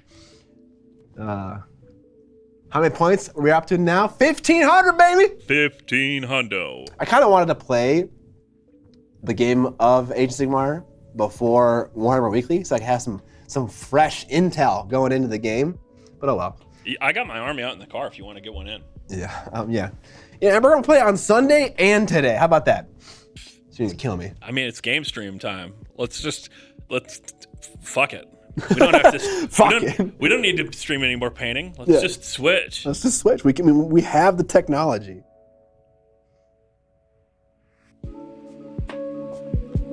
Only problem is I'm supposed to work on my truck tonight. Your truck? Oh, an actual vehicle, not a scale model truck. Well, it is a 1-to-1 scale model. How is the league going? I would say the lead-up time to Adepticon and the post-cooldown time from Adepticon has everyone not super, what's the word, invested in trying to find time to play their games. Yeah, kinda. There was a lull in the lead-up because a lot of people were busy getting ready for stuff. Yeah. John painting like 5 billion pieces of Necromunda terrain. Yeah. For instance. And then the post Adepticon had us fucked, says Dan, and that's true. But we're getting back into it. I have a big project that I want to get done for my AOS army that I can really only use in the Escalation League before the end of the month. So I have Neferata in my 1,500 point list, so I'm very excited about that. Yeah, only 8 boxes of Ash Wastes terrain. What up, Ricky Bobby Paints?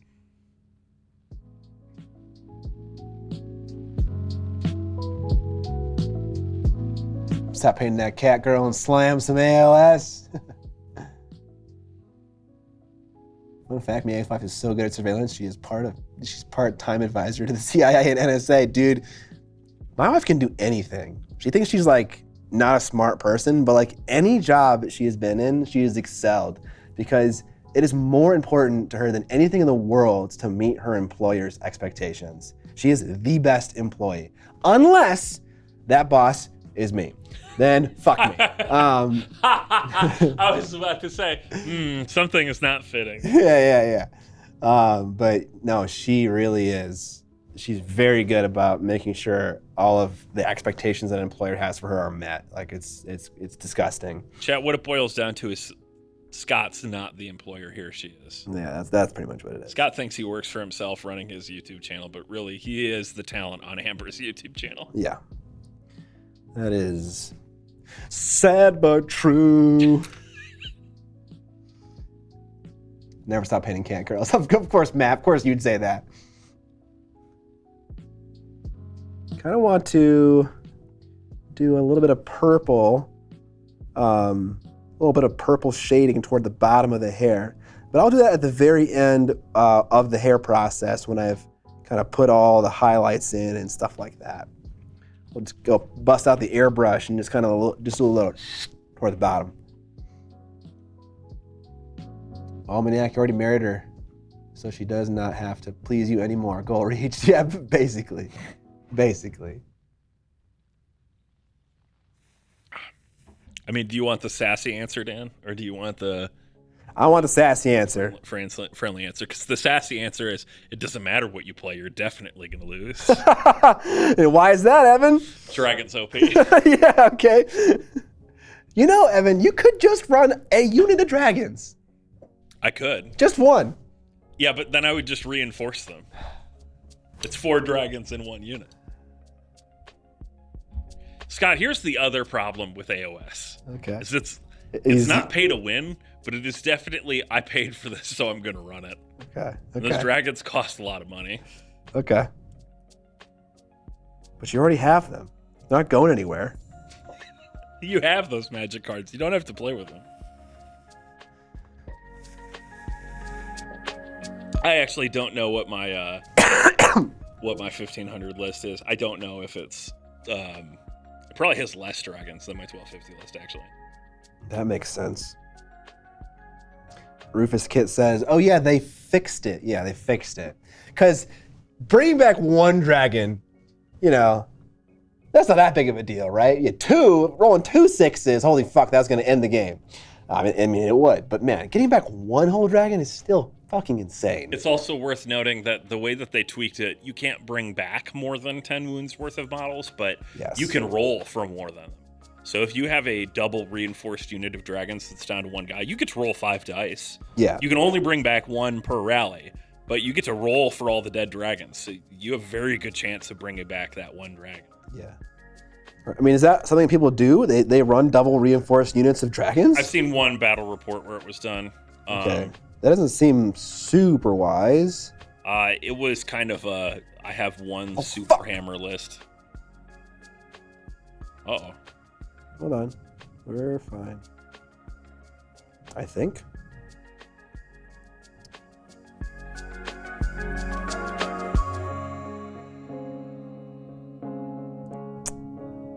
Bazinga. Saved it. A little blue on the cheek. Remember the time AOS had no points? Oh, I fucking remember. Yep, I remember. When it first came out, they were like, you don't need points, just play and have fun. You know, honestly, what a harmless idea.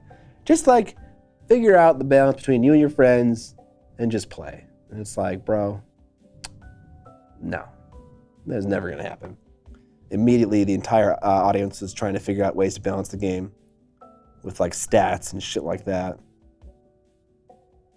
Yeah. I mean, like, if you want to go to a local game store and play a game with someone you don't know, or just play a one-off game with a friend with a new army you bought. I don't want to have to go through fucking 3 or 4 or 5 games to understand the power curve of the fucking units in the game so we can make a balanced experience for ourselves. Even if that idea is harmless, it's fucking shit. And I'm so glad that they fixed that. We're doing OPR this week. What the hell is the plan for OPR? I'm playing motherfucking what else? Yeah, but like, who? Who's playing? Me and Curtis. Okay. Yeah. What's he playing? He's gonna play his elves. I think he wants to play his goblins because he bought a goblin army. But I don't think there's any chance he's gonna have that shit assembled. So. Curtis, hear me. Build your fucking army. Put some paint on it. Stop being so precious about it. Yeah. Oh, maybe someone can answer this question for me. Are his other models painted? No. My entire What army will be painted though, so that's fucking pog. Elf on elf violence, exactly. Somebody who's played OPR games, what's the standard point total for a game? Is it just 2K? I don't know if it's just 2K. Let me know. I think it's like 32. 30.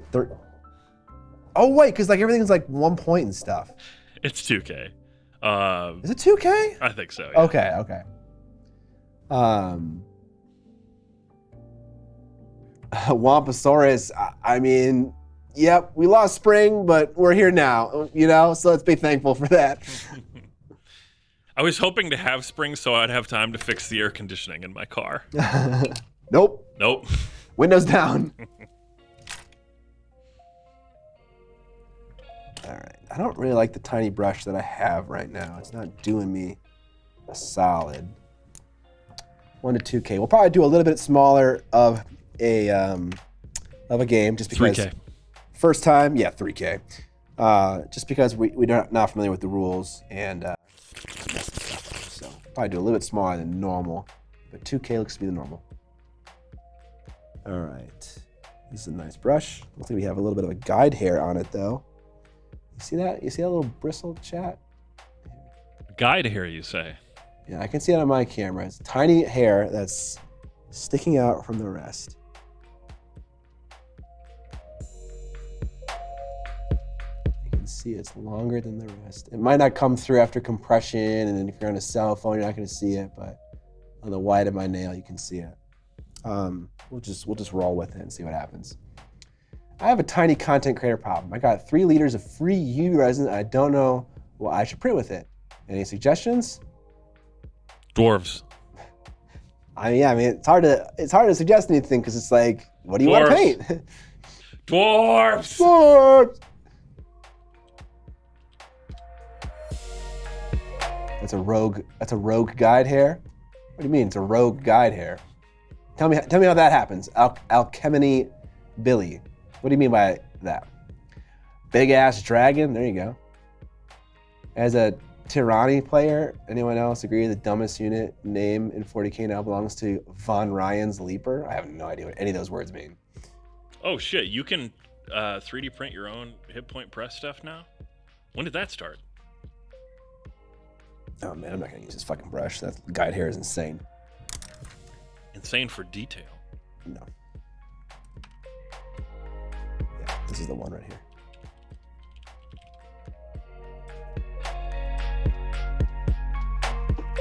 Have I picked out an OPR army? Yeah, man, I'm playing Wood Elves. My Wood Elf team that's been sitting on the bench for God knows how long.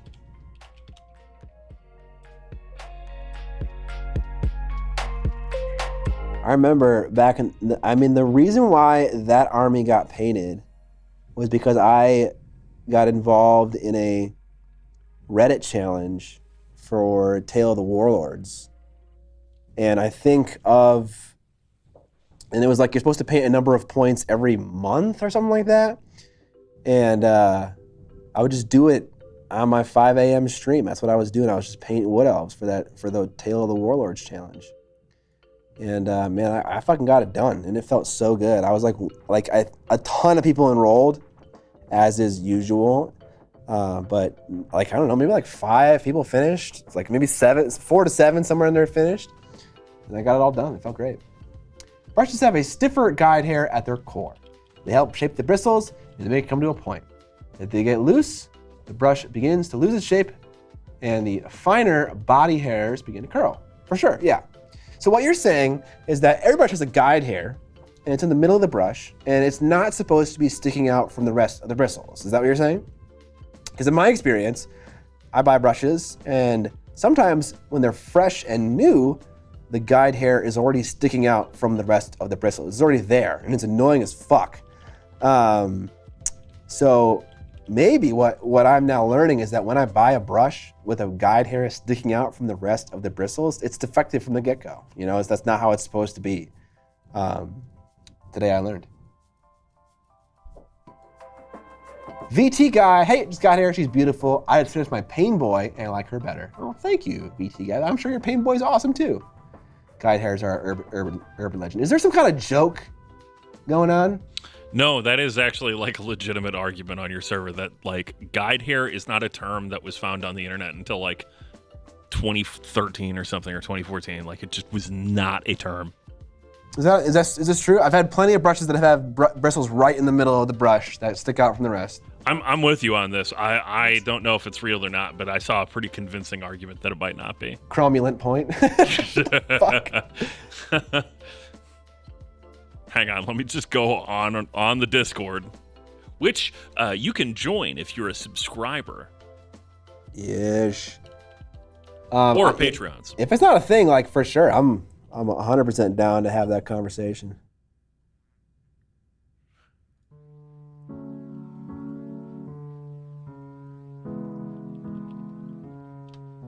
Oh man, these hairs are hard to paint. These upper facing ones, frig. I kick ass for the Lord.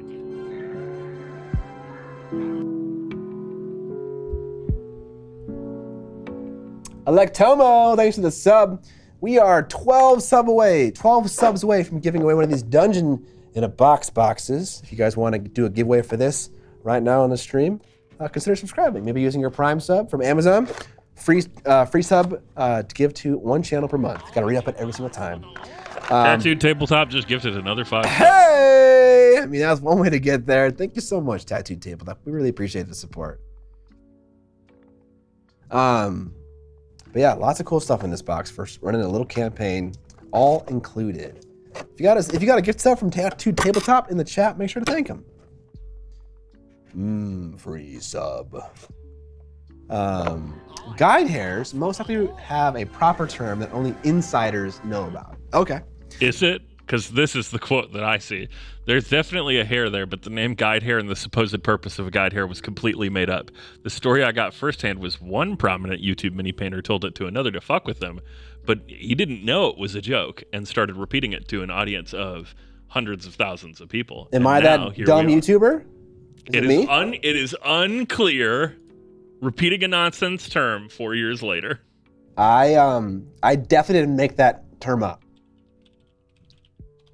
I remember I bought a Winsor & Newton brush, and every single Winsor & Newton brush had one of those things. And I was like, I asked the internet. I can't remember if it was Reddit. I can't remember if it was a forum. I can't remember if it was an IRC chat.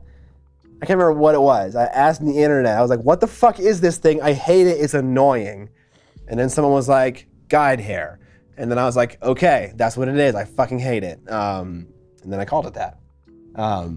I didn't make it up though, but I definitely might have proliferated the fake thing. That's definitely possibly me. I first heard it from a guy who used to pinstripe motorcycle tanks. Thus began the guide hair wars of 2023. Yeah. So yeah, I'm definitely could be guilty of one of those accusations for sure.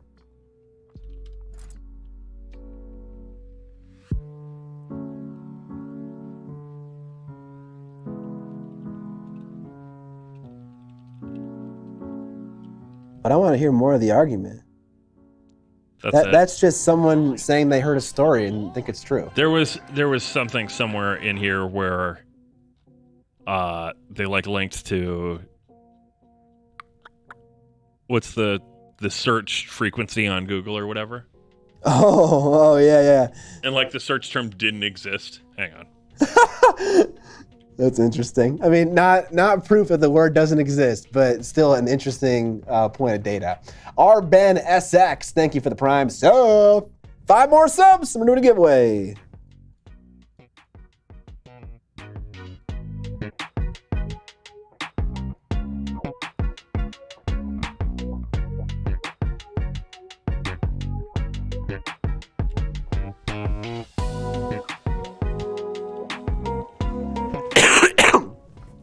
Like slap chop? Yeah. Slap chop? Yeah, kind of like slap chop, but slap chop is just a term someone picked to describe a process. That's fine. You can invent things. But in my case, I might have assumed the purpose of a thing and made it up, which is a little bit different. Why do you hate the idea of it, Miniatures Den? By the way, what up, Miniatures Den? We got Vincenzo in the chat. And we've got to do our giveaway right now. If you guys don't know Vincenzo, our Miniatures Den, check him out. Just click on his name right there in the chat, or go to twitch.tv/miniaturesden He's a phenomenal Twitch painter. He's very All right. funny.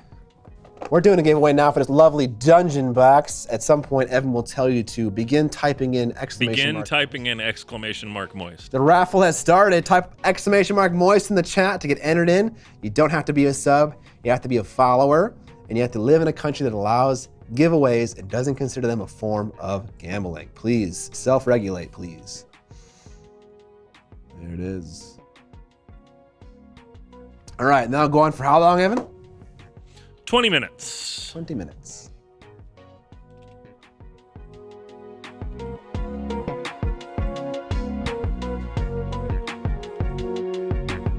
That brush sucks. There's the one I want. Coronary jump. I will give feedback to people in my Discord. Don't have time to do it during the live stream.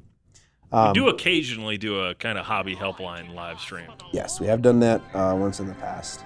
And we'll do it again at some point when we're completely deprived of content. Yeah, or I mean, we'll maybe do it like once a quarter or something like that. I don't mind doing it. I thought it was a lot of fun. Yeah, it was definitely super valuable. But yeah, if you want like fast feedback from me personally, join my Discord by either being a patron or a Twitch subscriber, and then in the painting feedback, just give me a little ping. Do @Miniac. Here's a picture. Give me some feedback. Happy to do it. I kick ass for the Lord. Very happy. I love painting faces too. So very Nervous Chicken subscribed with Prime Hey. 3 months in a row, and Matt and Tonic also resubscribed. Tier 1 5 months, and Coronary Jump Prime 2 months. God no. People are trying to get in on that Discord. Hell yeah. It's one of the more of all of like the Patreon creator Discords that I follow. It's certainly one of the more active. It's not the most active, but it's up there. Yeah, it's been around for a very long time. So there's a lot of core people in that group who have really kept it going for a long time. John's is also fairly active, but John's is also filled with a lot of the same people. Yeah. So,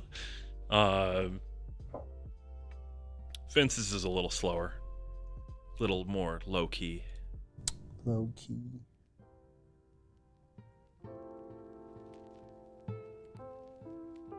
I'm curious for people who are in both mine and John's Discord, like what the differences are from you as like a consumer of the server. If there are any. I don't even know if there are any. Maybe there isn't. John's has open stats and symbols by the channels.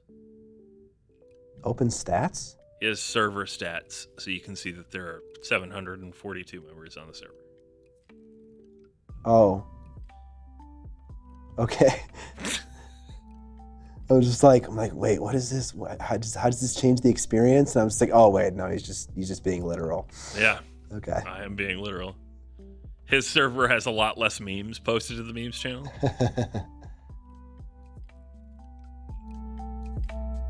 Oops. Why did that get sticky? Minotaurian, a bit of a weird question. I'm getting a bit into scale modeling, and I've noticed their approach to painting is way different than for miniature painting. Any idea as to why the divide happened? I'm going to say there was never a divide. Schism. We were not all one happy mini painting family, and then some person sinned against God, and then we were all cast into the lake of mini painting fire. No, that never happened. Great split. We just, scale modeling existed, and then miniatures grew out of that as a hobby.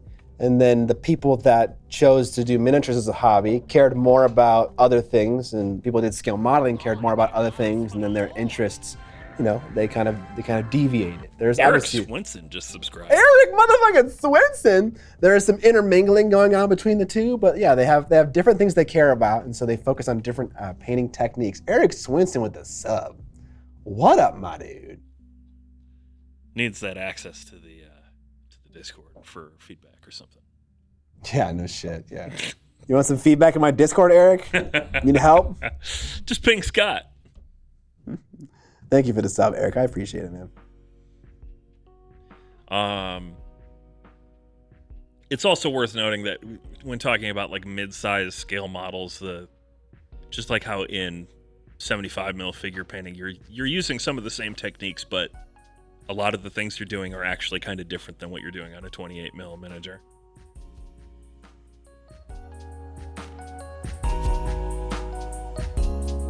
Yes, this is a Rosie from Echo. Neko Galaxy. I kind of wish I'd been on the face cam for that. You made such a pained expression for so long. Ah! It was like brain freeze, literally. I was like, what's the word they told me to use? Echo. There it is. Yeah, Neko Galaxy. I've always said Nico. Nico. It sounds so cute. Yeah, but it's not. It's not right. Some of these hair strands are just super thin.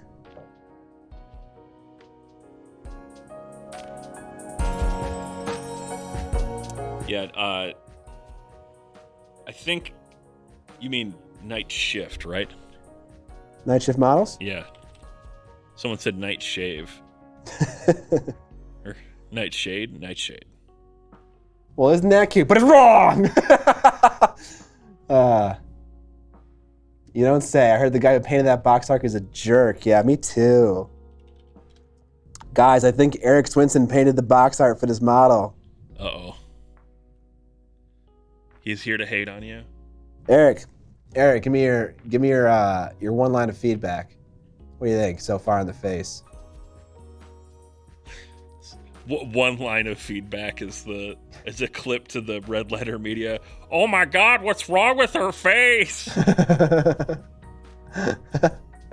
Yeah, it's looking a little crusty right now. I went for a nice makeup face. The lips are weird. The skin is nice. Yeah, man, I struggle with lips. I really struggle with lips. Getting the right shape mostly, especially the upper lip is so hard for me to get the right shape.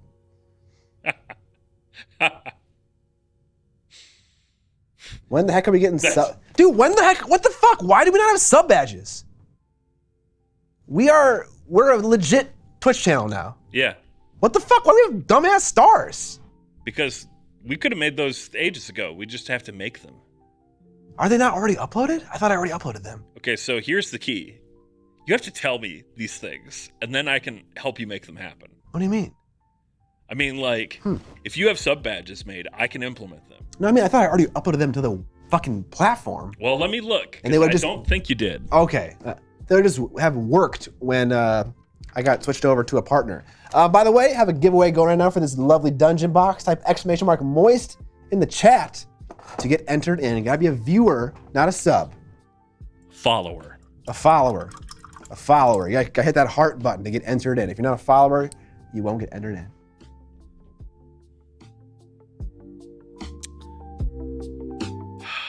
Why are there so many buttons?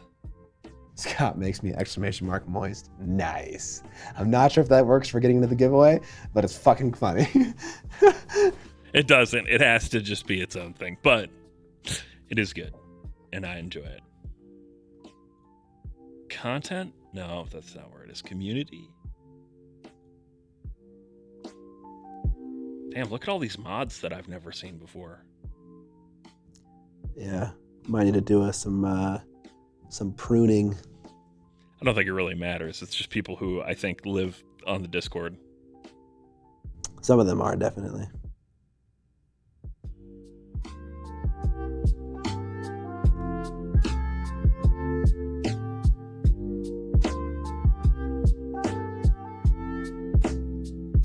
So many strands of digitally sculpted hair.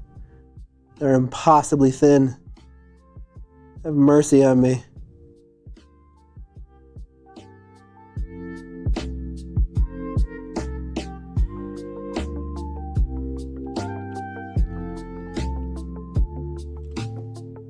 I feel like I don't really need to be that precious about the rest of the strands of the hair. So I'm not gonna be. But we are gonna do a little purple toward the bottom of the hair, just to, kind of up that sci-fi vibe. It's Purple 4 from the new Broken Anvil paint range. Seems good. No one will see those strands. Yeah, exactly. It's behind like her hand. That's like, like the head goes right here on the model. You definitely have not uploaded or submitted any badges, by the way. Yeah. What up, X Delta X? Ah! You could be right. I thought I did, but I might not have. But we definitely have icons. We can make them.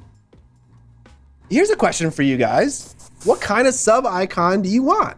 Should be a chair. Do you want a simple Miniac logo? Do you want like my dumbass face making some dumbass expression? You want like a fucking chair? I mean, don't meme pick a chair. Come on now. Let's pick something that makes sense. You know what our channel points are called, right? A tongue. No, I have no idea. They're called chair points. Jesus fucking Christ. It should be the sticker I made for you. That would be good too. I think that's funny too. Yes, we should do different ones as well for the different types of subs. Yep, we can do that. We can also do streak-based ones. You know, like you can delineate it by base, 2 month, 3 month, 6 month, 9 month, 1 year, 1.5, 2 year, 2.5, 3 years, and so on.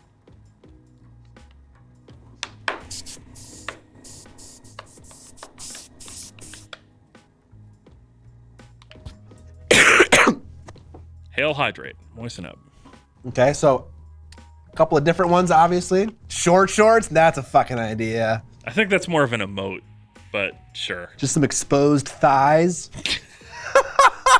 Glowing thighs. Yo, guys, I went to Urban Outfitters and I got these vintage, like 60s soft and fluffy short shorts, and they are the bomb. If I could ever find out how to make that as a merch item, oh my god, dude. It would happen instantly.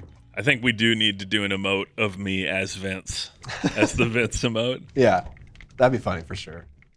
Where to find a Discord link? How do you find a Discord link, Evan, if you are a Twitch sub? What up, Dripty?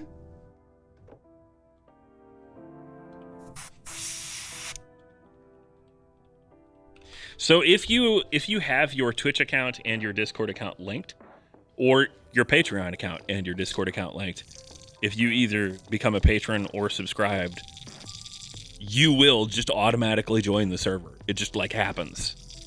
I don't think you actually have to do anything as long as they're linked.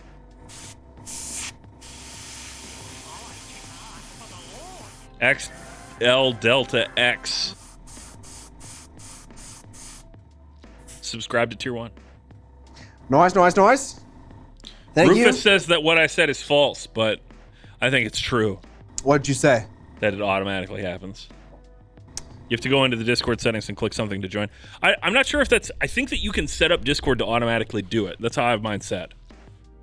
But yes, I believe that there's also a manual way to join in the Discord. Where the fuck is my shit brush? Did I drop it? Oh, I dropped it.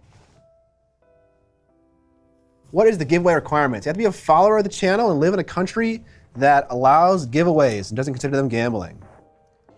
So according to a member of our Discord, he has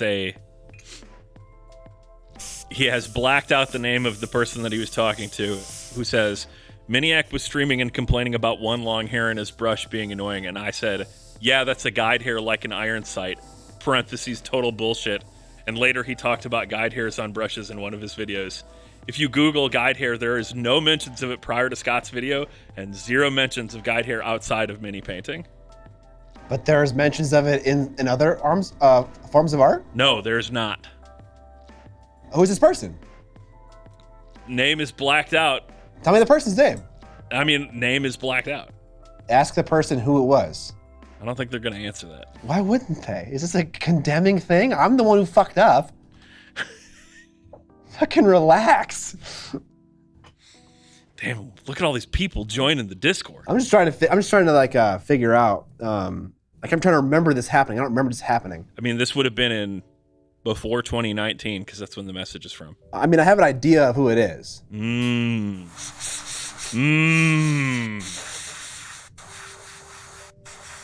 Yeah, you got inceptioned. Yeah. Guide gate.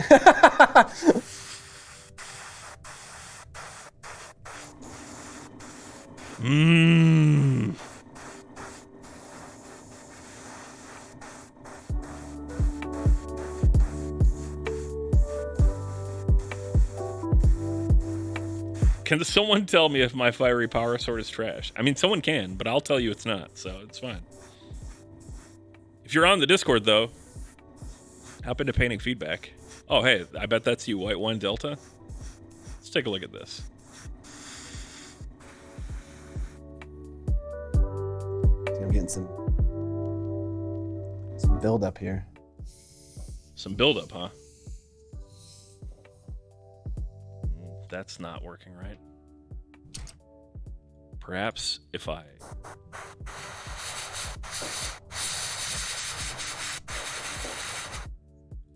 Can you work?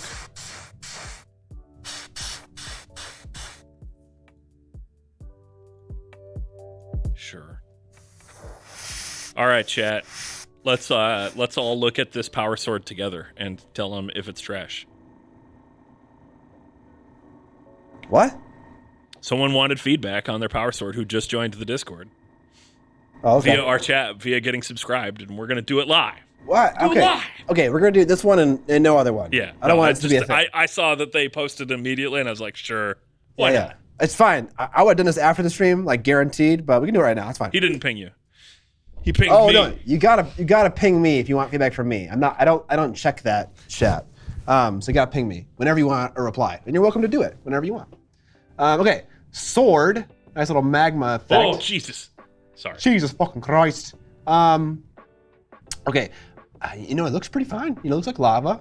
I might have a little bit more stippled on orangey, reddy color toward on the bottom, along the edge of the bottom of the sword. Like I like there, because like basically what it is an edge highlight, right? And the purpose of an edge highlight is to give you like, a bounding box for whatever the detail is, show you where it is, where it starts and where it ends. And so having some kind of edge highlight along the bottom of the sword, like stippling on a rough edge highlight with some fiery color, would give you that bounding box. It would show you where that detail ends and begins. So doing a little bit more on top of the sword, a little bit more on the bottom of the sword, I think would help to give more visual clarity and also look better. I agree. The other thing I would add is I would very, very slightly tint the black to being very, very subtly red to add a little bit of heat to it, because it kind of abruptly transitions to primer black, basically. Yeah, you can also, that also is viable, or a good piece of advice. But like it is looking really nice. I do love the amount of texture you have. Mm-hmm. It's nice and spotty. There you go. We did it.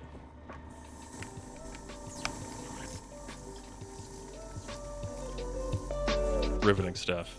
Alchemy Billy says, my understanding is that the core of a brush may have hairs that are more resistant to curling, but hold less moisture. The rest of the hairs are ones that hold more moisture, but are more prone to curling, and are wrapped around these core/guide/whatever hairs. You know what we need to do? We need to talk to Jason Craze. Yeah, we need to send some emails. Because he just makes brushes in-house, so easy enough to just ask him and be like, how does it work for you and your sable hairs? Is this the thing or not? What 4 subs? What are you talking about?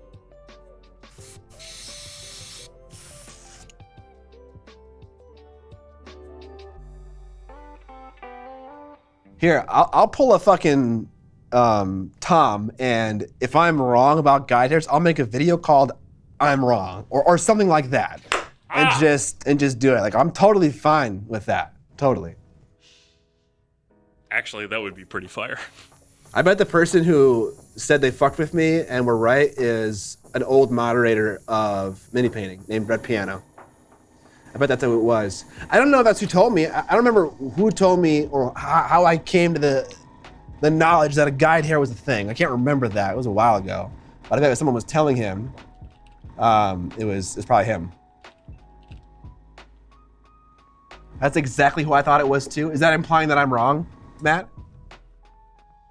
Matt, you've been on for a long time, haven't you?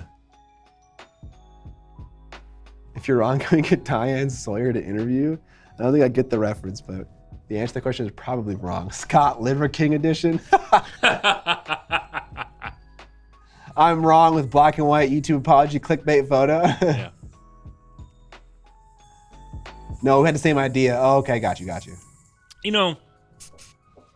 That would be honestly a good excuse to do an interesting video where you go and film brushes being made and interview someone from like, Rosemary and Co. or whatever. Yeah, that would be cool. I think that'd be a expensive trip. You'd probably want to lump that in with doing something else. Yeah.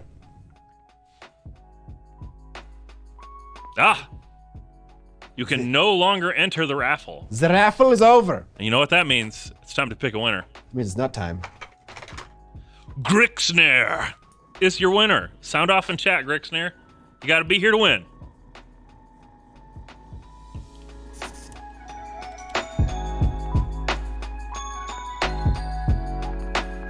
Hey, I win. Yeah, there you go. There you go. There we blow. I think I want to do a little bit more of this purple stuff, but just dilute it way more. I was getting some speckles, shockingly, when I did the first pass. I didn't notice them until right now. Whisper. I told you that this was a guide here. That was a lie. I need your info. I keep doing this same joke. But the thing is, it's a new person each time. I talk and say out loud when I am typing.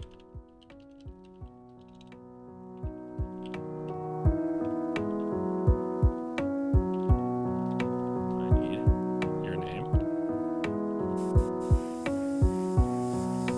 your address, and your email address, and any susceptibilities.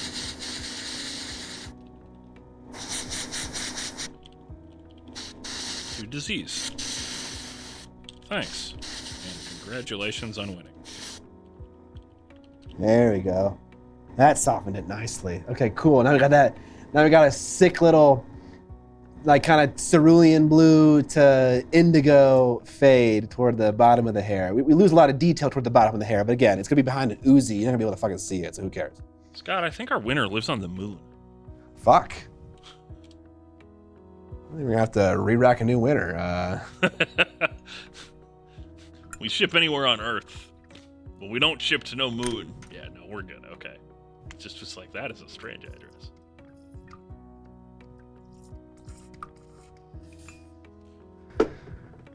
Did you use the guide here on your airbrush to do that color shift? Nice.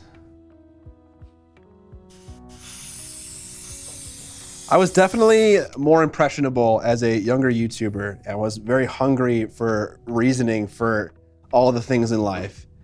And gotta be a reason behind this. Yeah. LOL, I just wanted to paint it blue. And like the Batman in The Batman, whenever I was told a reason for anything, I kind of clung to it, you know? I still can't believe that he spray painted all over his fucking floor. That's the dumbest thing I've ever seen in a movie. Yeah, that was that was a moment. I was just like, this is so dumb. It's all just for that cool pan out shot where there's like the pegboard kind of thing on his floor. Yep. And that's a cool shot.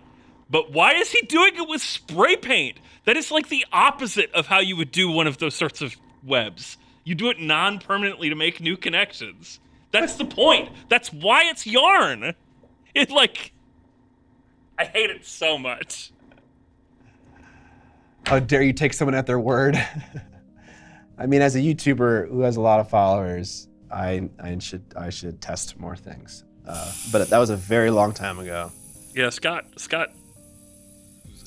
is too trusting of people. No, I mean, maybe then. Certainly now not. That is not the case. And yet here I am. So far, it hasn't. That's true. So far, things have been fine. Yeah. Jesus Christ. Leaf Strider, it has not been posted yet. Thank you for asking. Whoa. I could have muted you for that. Yeah, could you? I asked you last time and you didn't, so. What happened last time is I pressed the button, but the wrong channel was set up for the mute. Yeah, well. That's fine. The result I'm was busy, you didn't I'm busy do doing your job. my job, okay? No, you were busy not doing your job. I'm busy actually. doing my job right now. Sending stuff to our winner, Grixner. Scott trusts no one. All right, now for the legs, and here's where you might want to zoom out a bit. I'm gonna try to paint these in a little bit different of a way. Same colors, different application of paint, different technique.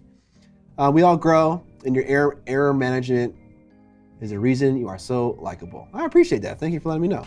How would you know? You don't know what errors Scott hasn't made. We're finding them out right now. I'm going to paint the legs in kind of more of a rough and scratchy way. And then I'm going to try to smooth it out with an airbrush, much like you might see Trent Dennison doing. And so for the face, I was very meticulous, did a lot of blending. And for the legs, and I'll probably do the breast like I did everything else. Can you center it like you would be painting, and I will... All right, if I want to paint this mom, I'm gonna be like right here. Okay, give me 1 second. Okay. Man, that 4x3 is kind of tough, but that's all right. Yeah. About as much as I can punch out and scooch it down a little. You are right, Wamposaurus. Big Deno is very good at that kind of blending. There you go. There you go.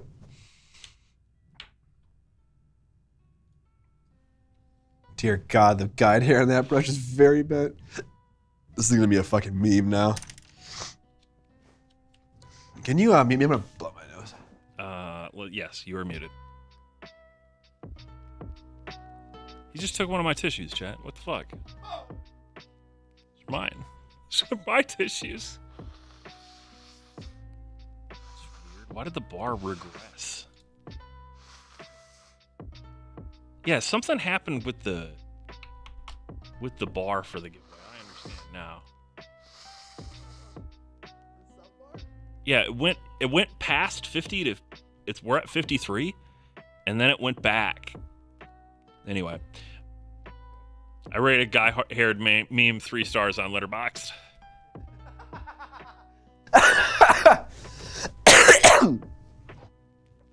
That is a deep cut that only those here at this stream will understand. Guide hair badge, it's invisible. You can't even see it. It's just like 1 pixel wide. Yeah. What the hell is that?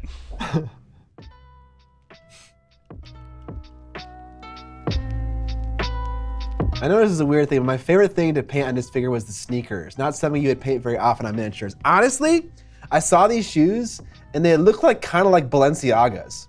And so God, are we gonna start up the Balenciaga memes? So I saw that, I was like, dang, you could have a lot of fun, because like you never see sneakers like these on a model. So yeah, I could definitely see how you would think that. All right, in order to paint these legs, I'm gonna need a lot more paint. And so I'm just gonna put a new palette paper down, and then we'll get a lot of paint on the palette.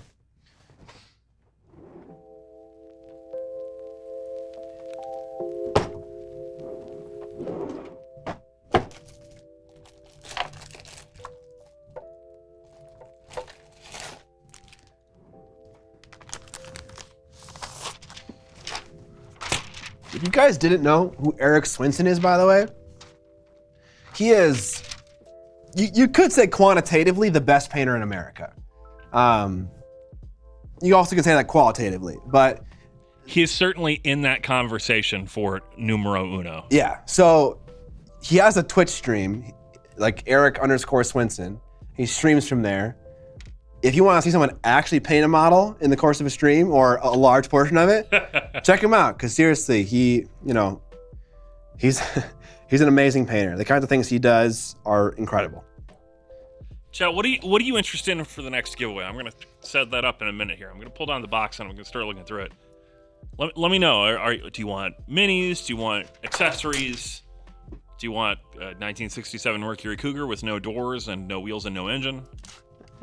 A copy of the B movie. That's not in the giveaway box, I can tell you that. It's too valuable. We can't give away something. It fucking should be, though. See, you know what? These are the sponsors that we should be looking for, Scott.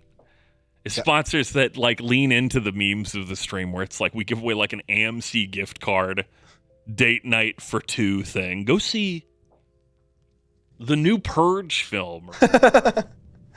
Renfield premiering in theaters is our sponsor for this stream. 5 lucky viewers. you want to hate yourself, go watch The Purge. Pretty much.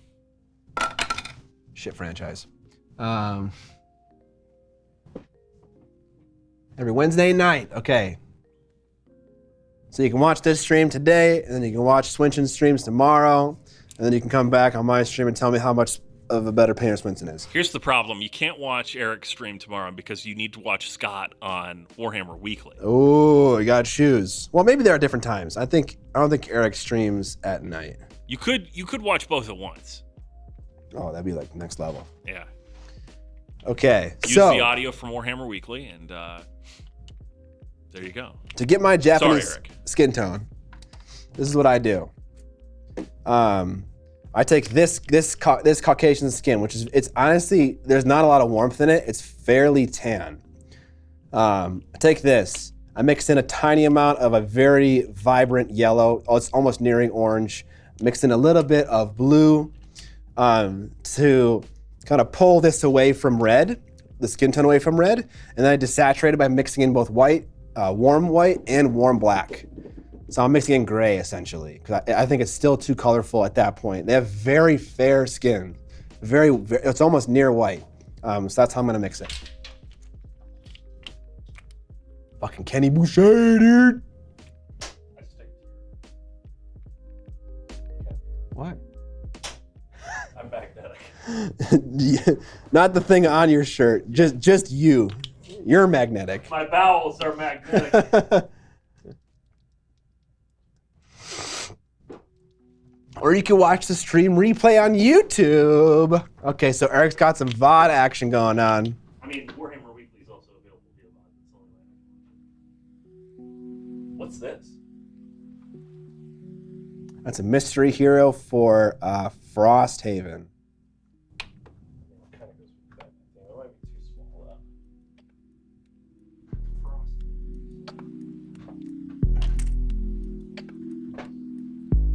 The first question for everybody is to be what? Yeah, right, Mike Genie. Is this all one giant mat? Yeah, these are squares. 1, 2, 3, 4, 5, 6. They're like purple and stuff. Yeah, it's like an AOS size game mat or something. Yeah, they're 2x2s, and you can like reorganize them based on what you're doing. I think there may be a grid on it as well. I don't. Do you not see one? Let's see. Okay, it's been a while since I cracked that thing open. Well, this has been in here forever, so let's. Yeah. That's an endorsement. We'll throw in something with it that's cool. Alchemy Billy says, I'm waiting for that yellow cap to just bust off. Yeah. The tops for these bottles are actually stuck on quite hard, but that definitely could happen. This is going to cost a lot to ship. Oh well. Well, then just stop. Stop there. Yeah, no, I'm not going to put any more than 2 on it. You get a cool water seed and a big thing to come out of the water. Scare your players. Nice. Now this thing isn't heavy to pick up. Solving our own problems. That's right. The giveaway box is a wonderful and interesting place, chat. And Scott, after doing his palette, is going to show off our next giveaway, which we are already about 4 on the way to. Do we have any more subs come in?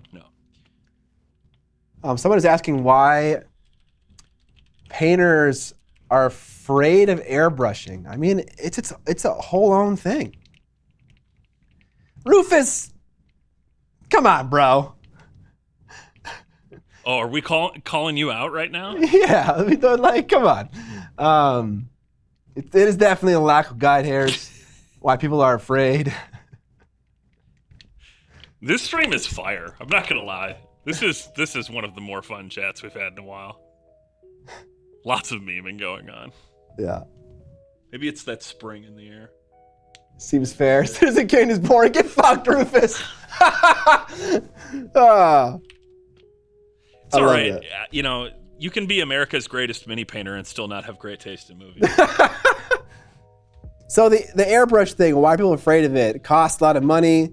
You have to learn how to use it. It is not a free upgrade in any sense of the tool. Like, you have to understand what it wants, and how to mess with the various factors. Like, what do those do? How does that change the properties of what I'm airbrushing? It's a whole new thing to learn. And now some people, I'm not one of these people, might be able to just, that was a lot of black, slide in and out like with no problem at all. And just like, you know, I'm gonna try this airbrush, it's gonna work great for me. Like I'm not that way with 3D printing, I'm not that way with airbrushing. I need to understand everything about this beast before I can like really use it very well. And so maybe you're different than I am, but it's a whole new tool, you know? It requires a lot of understanding about it to get it to work right. IMO. Also, it's expensive.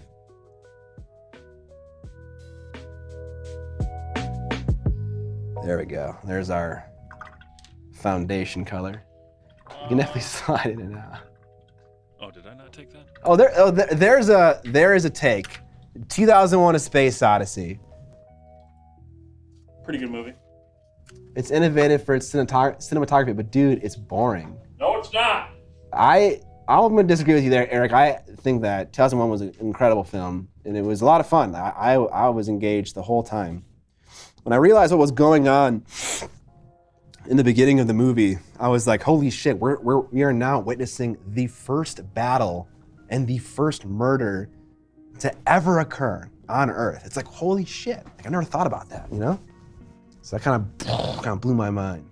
Yeah, it's pretty cool. It is really cool. Okay, so we're gonna paint this with a fat brush. Hey, do what I told you to. What? You finished doing your palette, show off the next giveaway. All right, here we go, next giveaway. We're giving away a Reaper Bones box with a big thing in it. A big worm. Yeah, some sort of big worm and a gaming mat. Ooh, this is gigantic. And then a bunch of 2x2s of different kind of like underground lake and like bioluminescent rocks and plant life. Yeah, it's like a big underground cave system sort of thing. It's modular. You could use it for D&D if you don't mind measuring distances rather than using a grid. Yeah, there are enough of these to make up a 6x4 mat. So a bunch of 2x2s, and you can rearrange them whenever you want. Or a 12x2 mat. Or that. The real way AOS is meant to be played. 12x2. 12x2. Corridor. That's right. All right. Then my dragons can really have some fun. Yeah. All right, get me back on that Painting cam? Nah. painting cam. I think because this kind of painting goes hot and heavy. All right. Hot and heavy. So my zenithal undercoat's gonna help a lot here for this process because I chose with my airbrush where I want the brightest lights to be and stuff, and maybe I didn't get it perfectly, so I'll do some on-the-fly adjustments. But you can see there's a nice bright highlight right here, top of the thigh. When we swing around to the bottom side of this jacket is covering this part of her butt, and so that part's darker. When we go around further, it opens up more, and there's more highlight there. So I'm gonna use this as a light roadmap for where to place my highlights and my shadows. Let's do it. You watched Solaris, right, Scott? Nope. Oh. Okay.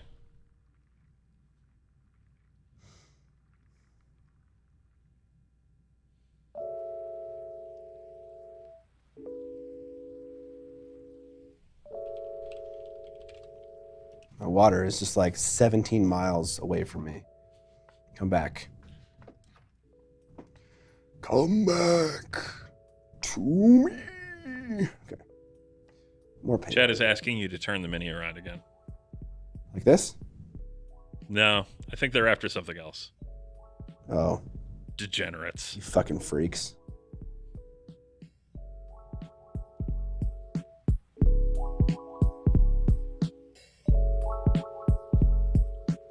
I don't want to paint yet. That's getting bid.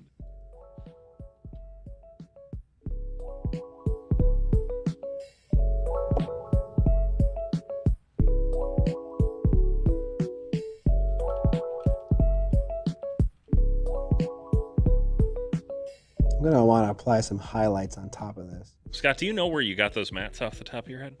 I do. Hey, let me record a little bit of this. Oh, hey, the frame rate didn't drop insanely. Before I forget. So, there are 2 product reviews on my channel. Those mats, If you go look up a review on my channel, it's called The Squeaky Tavern. SKWEEKYTAVURNE. The Squeaky Tavern made those mats, and that was 7 years ago. That was 6 years ago. I made that video. So these have been kicking around for a while. A very long time. Oh, baby Scott. Aw. Yeah, put that video in the chat, dude. I just yeah, did. fuck yeah. It wasn't 7 years ago. How long? 5 years ago. 5 years ago. Okay. Actually, YouTube is lying to me. It's almost 6.5. Okay. What the hell? Wait, hang on. I have to count. It was a while ago. Almost 6 years. In July, it'll be 6 years. Okay. Number 1 comment. Hi, Miniac. Could you paint Imperial Fist Primaris Marine? It would be so cool to see. Oh my god. You just summarized like at least a solid 15% of the comments I get on my channel. Can you paint this Space Marine, please? Mm-hmm. And this chapter, because it is my favorite. Yes. Please paint a salamander, because he is my pal. I'm only working with 2 paints right now, just because two paints will play nicely when trying to wet blend on top of a surface. When you add in a third paint, for me, it becomes overwhelming. Wow, this apparently Squeaky Tavern? Yeah. No longer exists. RIP. Yeah, it was a while ago. Yeah, that was so Elric's Hobbies was the other review I did. And it was just like, we made this thing. Do you want to review it for free? And I was like, I've been doing this for 6 months. Let's fucking do it. Let's go.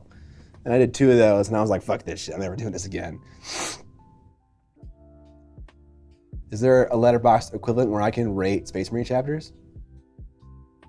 He's a Palamander? Nice. He is a Palamander. Love that. I love that.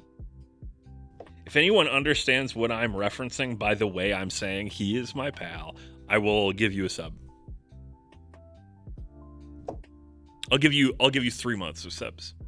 That's how confident I am that no one's getting that reference. I mean, you are talking to a bunch of people that are on the internet right now. I know. All right. This is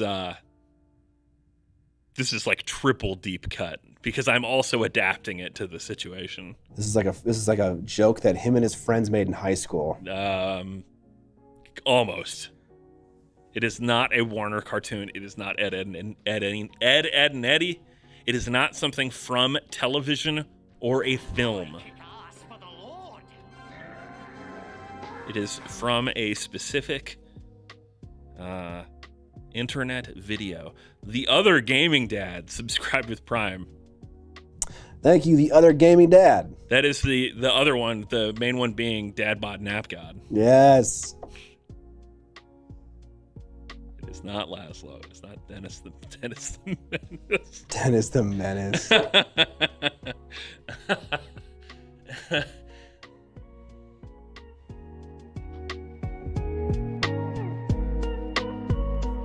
No, not What We Do in the Shadows. It's not a movie, y'all. Well, it's also a show, and it's not a movie or a show, but What We Do in the Shadows is, to me, first and foremost a movie. I don't know if that's true anymore, because the FX show is had 4 or 5 seasons or something. It's been a big success. I agree that that's what I think of, but I also haven't really watched the show, even though I've heard that the show is better than the movie now. But oh boy, it is not Salad Fingers. It is not the old G.I. Joe PSA videos, though I do reference those sometimes on stream, and people rarely get it. Maybe we'll do that for a go live notification sometime soon. Is it from musical theater? I like where your head's at, but the answer's no. I don't think anyone's going to get this, so I'm just going to link it in chat. End your suffering by introducing you to no more suffering.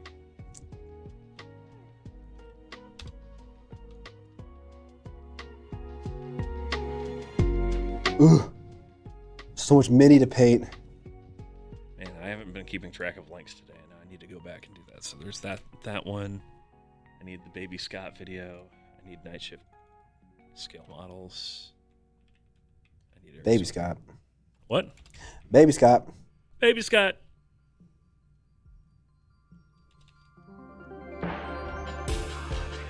Yeah. To this day, if I am riding in my car and I hear someone say desperate on a podcast or on the radio, I respond by saying, desperate, your turn. That is how deeply ingrained that video is into my monkey brain. Wait, so there's a fucking video on the internet? It's a video on the internet, but it is not a show or a movie. Yeah, I thought you said it wasn't any kind of media. No, I didn't say that. Okay. I said it was another kind of media. Okay. I think. Okay. Maybe I lied. No, I misheard probably. I'm fucking painting. When's the next Kill Your Friends? I thought it was supposed to stream last Thursday, but it didn't. It was. I got sick. I'm sorry. And then Scott was bad. And that happened. Scott tried to get me sick again. He's impervious. Apparently. It's going to be this Thursday. We're playing OPR. And then because I missed the last stream, we're doubling it up. And then next Thursday after that is Frostgrave. Frostgrave! So yeah, we got 2 in a row.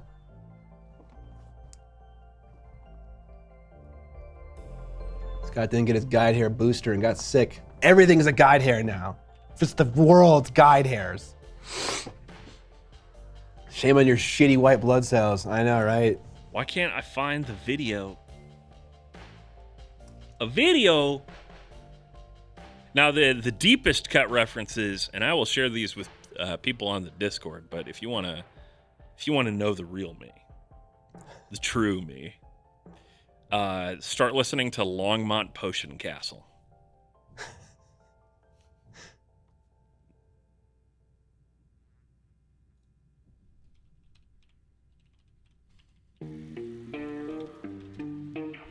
I highly recommend it. Mallards. Mallard. And oh God, I'm still recording. been recording for a while then. 8 minutes. Yeah, 8 minutes of 5.8K footage. Okay. Are there 6K capture cards? With like one input? I mean, probably.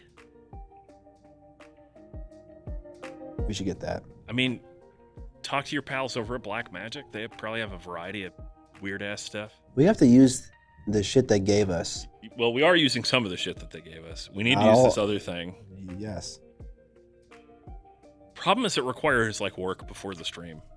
Yep. And that's, I mean, it's not volunteer work, but it's semi-volunteer work. Yep. We can definitely talk about that too. Yeah.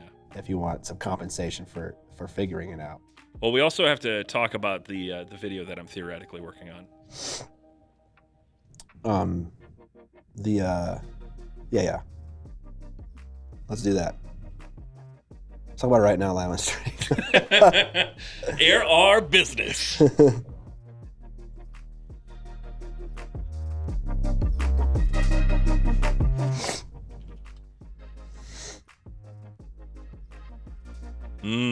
Erik Swinson wants to know, let's get camera nerdy.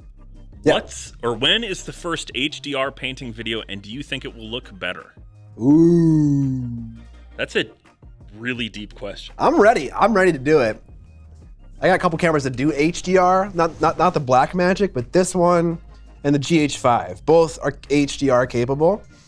And so I could probably pull off a video with 2 cameras. I normally use like 4, just because it's easy. Like they're all in the right spot.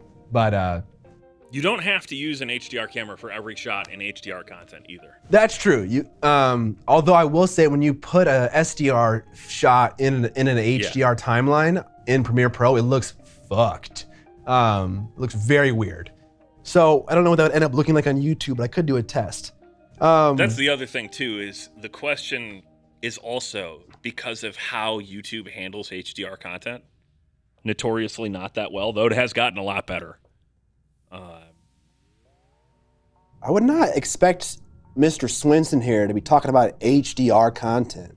Yeah, but he's camera nerdy and paint nerdy, and Swinson, you're camera nerdy? apparently. He's asking about camera nerd stuff, so he must be camera nerdy. God damn. Okay. If you're into painting at the top level, you're into light, which means that all this stuff starts to blend together. Maybe. I find some of my highlights get overexposed, and I think it could help distinguish some subtle differences in the values. Oh, so that's important. Yeah. One thing, so I film in HDR, but I master in SDR, and that helps to make sure shit doesn't get overexposed. Definitely. Obviously, the higher of bit depth that you can shoot in, the better for that stuff. Yeah, but who's going to be the first one? I would say it's maybe 52 miniatures, maybe myself.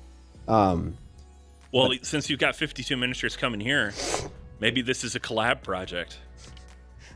We shot a video in HDR. Yeah. I'll upgrade my monitor just to watch your vids. But yeah, I find that if I shoot in HDR, I can color correct in my video to bring the highlights down so that when it gets compressed into an SDR color space, the highlights no longer clip, but I'm still capturing them all when painting. Right. I just remap them to a simpler color space, and it works well. All right, we need to mix up some more skin tone. That used a lot. I mean, there is the other piece of this that, making HDR content means that you please the fucking 3% of the audience that has HDR capable stuff turned on to HDR. Probably less than that, actually. Yeah. I remember Linus did a whole video about HDR on YouTube and 4K and stuff. Yep. I can't remember what he said. If it should be a paid for feature. Right? That's what he said.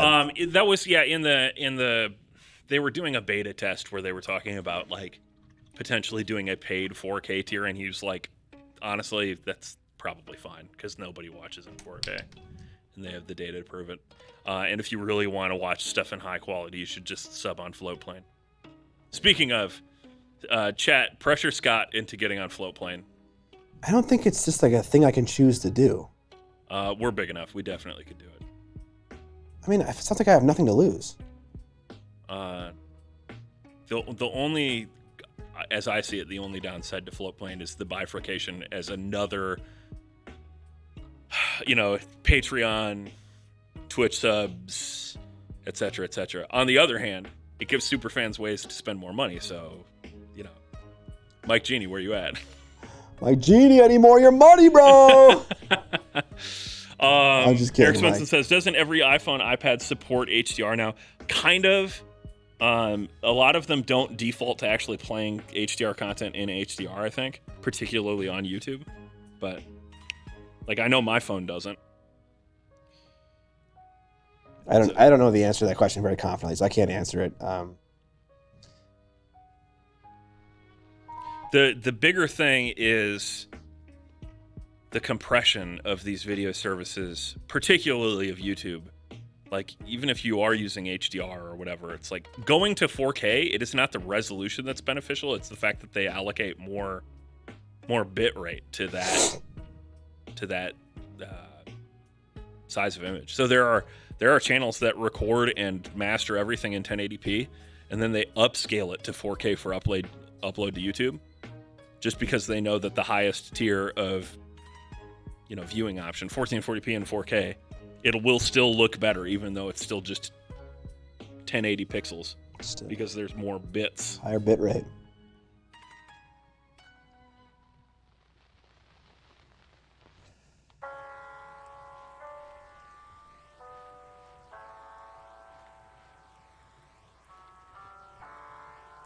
All right.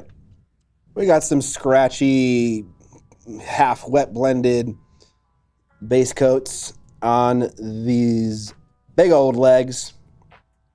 And now we will start to go up and down the ladder. We'll add some highlights, we'll add some shadows, and then we'll blend it all out with an airbrush. Miniatorium wants to know, how's OGA going, by the way? Or are we still too early on in to know? I think we're doing great, dude. Twitch streamers are picking it up like crazy. Yeah. People on Instagram are doing it like crazy. Yeah. We got Eon's Battle making a video. We got Midwinter Minis making a video. We got Goobs coming out with a video today. It's going great. Honestly, it's going great. I agree. I've seen a lot of content. I only wish that I could be contributing more than I am right now. Haven't made a fucking video yet. I'm working on it. But goddamn, Hey, we're gonna have 2 streams that are non-GW streams. That's something. And obviously, all the painting streams this month are non-GW as well. Yep. So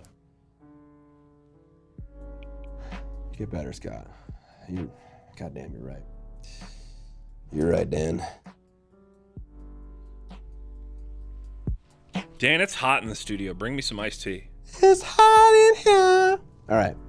I could take off one of my shirts. I am wearing 2 shirts. Quit it. 2 shirts makes me cooler outside. Alchemy Billy. 300 bits. Thank you. Hey, Alchemy Billy. Starting to feel guilty about all the guide hair memes I see. Erik Swinson says, since you asked, I did graphics for commercials in After Effects for years. That's why I know all my camera stuff. Okay. See, I told you he was a light nerd. All you light nerds are the same.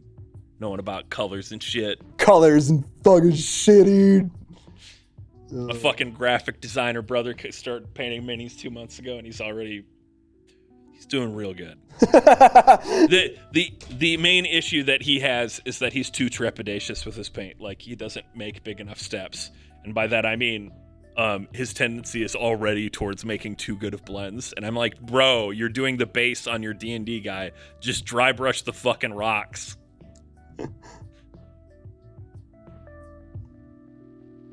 Dry brushing is for fucking noobs, Evan. For rocks, though, Scott? It's for fucking noobs, Evan. Okay? Never dry brush. Dry brush, you instantly become a fucking noob. I strongly disagree.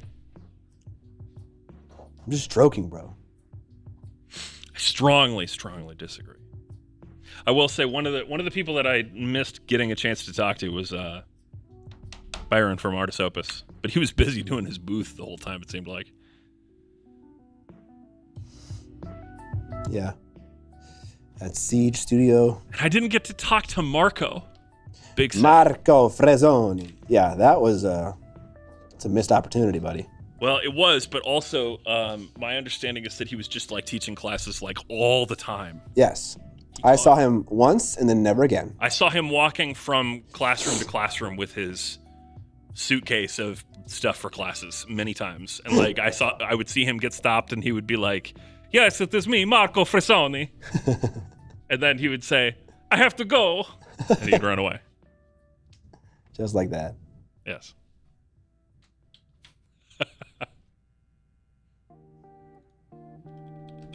You're never too good to dry brush a rock. Vince EV. Is it ironic when I'm sitting on my 70-ish Night Goblins for Warhammer Fantasy Battle and still I'm looking forward to OGA? No, not at all. Not at all. Also, I want to remind everyone that OGA is about more than just games. I can see the name is confusing. It's also about painting models from small boutique, brands as well that make just models. Such as Neko Galaxy. You got there. Did I get it? Yeah. The Echo is easy to remember. How to pronounce the E's, for some reason, harder. I mean, if you just say Echo and add an N to the beginning. Okay, there we go. Yeah, there you go. Neko. It's now solved. Yep. Okay, we added a second highlight in kind of splotchy areas. Kind of here and here on the knees, a little bit on the calf.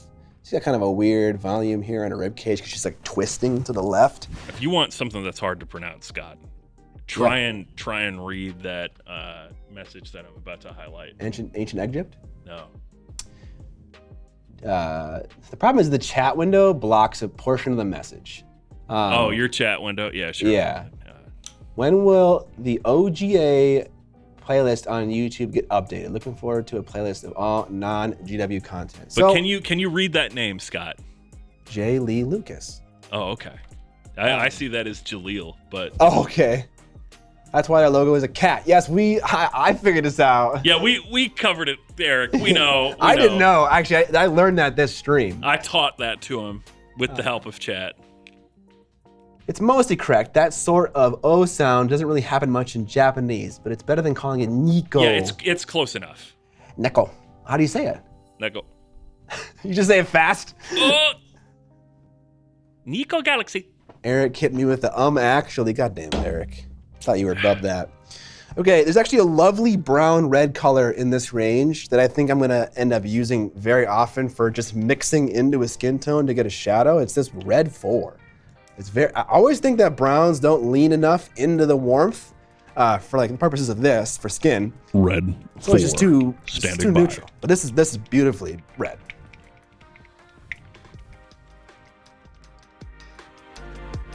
Are you liking the Broken Anvil paints? You know, I think in general, I don't like it when paints do any kind of diluting for me at all. I just want them to be thick, and I'll figure out what consistency I want. So for that reason, I probably wouldn't like end up using it as a daily driver, but like it's working. It's working great. That's like one of the main reasons you don't really use Pro Curl, right? Yep, and Reaper MSP. I like my thick paints. There's no red 5. It's because it's 0 indexed. Is that bottle extra pointy? It is, bizarrely. Extra pointy. Here, let me show you a little comparison. And these are not the final paints for this range. These are all prototype test paints. Yeah, and they have a survey for feedback, and I fucking hate this paint bottle. I told them that. I was like, this thing sucks. Why do we need a safety cap? You know, there should be a safety cap. That's dumb. You know, it spins forever. The needle, the little whatever, the neck thing shouldn't be so thin. It clogs super easily. It's hard to unclog because it's so fucking thin. And then taking the cap off itself, if you wanted to, like, if you had a really bad clog, it's hard. It's hard. It's not easy. Vallejo, you pop it right off. It's super easy. That one not so easy. So everyone tries to like change dropper bottles, and they just all kind of make them shittier. This is definitely worse. All right, let's do a little bit of shadows. Some of them make them better. I think the new Vallejo Game Color made a better dropper bottle just because they made it clear.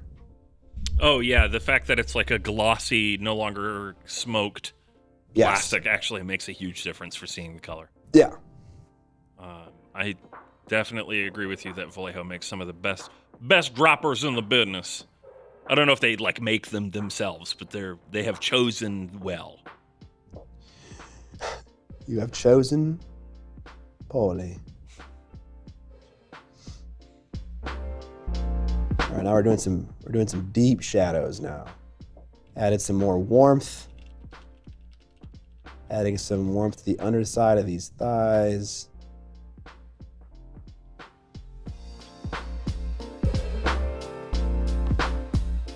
Those parts that would just receive very little sun, like they're downward facing surfaces.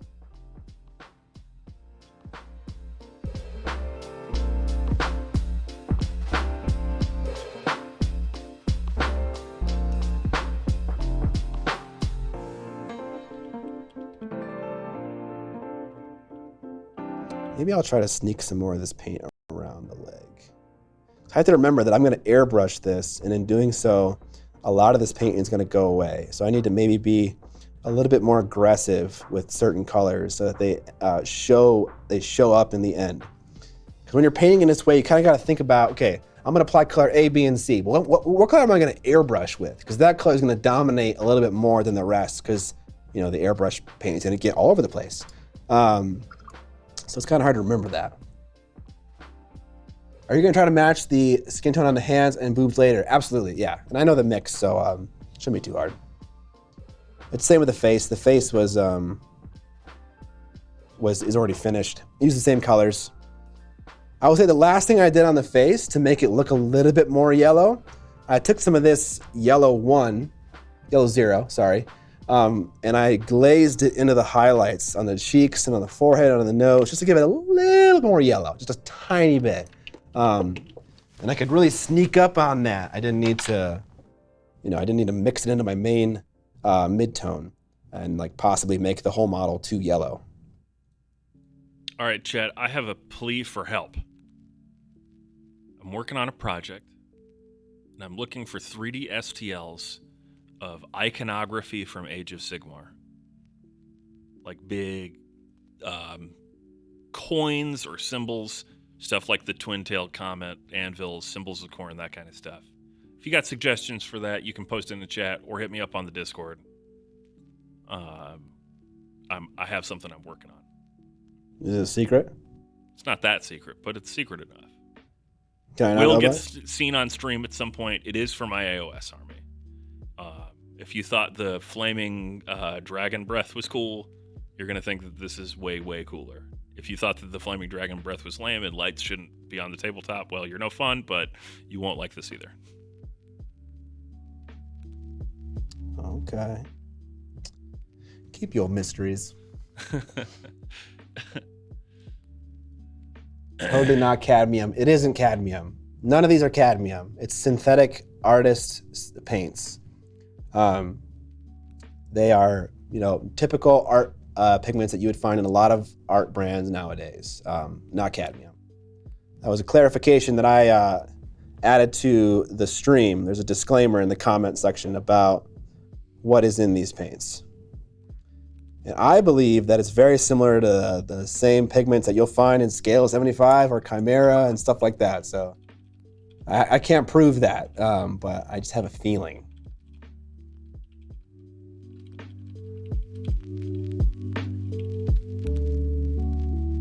I think I might add some more of this warmth right here on this under the coattails area. Kind of just sneak it up.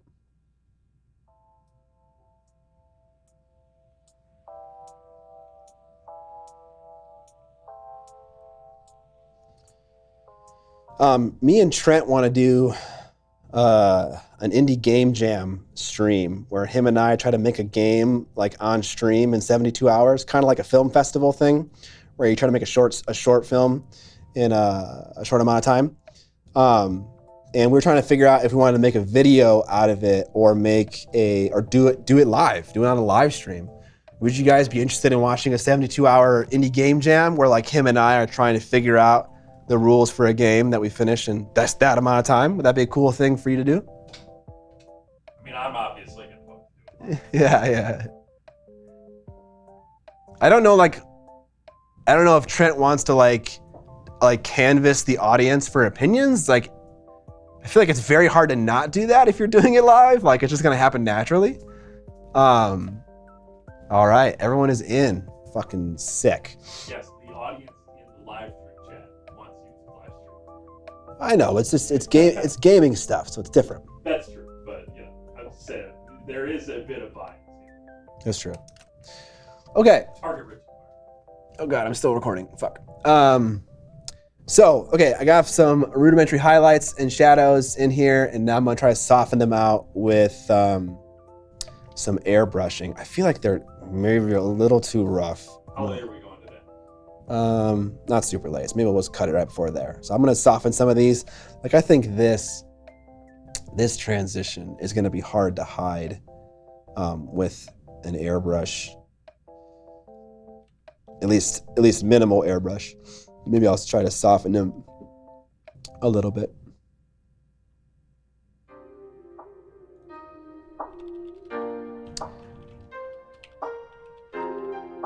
You and Trent should speed paint the minis for a game and then play it, because Trent is stupid fast. I mean, Trent is also clever. He played a game of Warhammer 6th edition against Erik, the other Erik, the YouTuber Erik, that I think you met at Adepticon, Swinson. And he made a whole Zinch army, and he didn't even paint it because he sculpted it all, and then he cast it in these like really interesting translucent colors.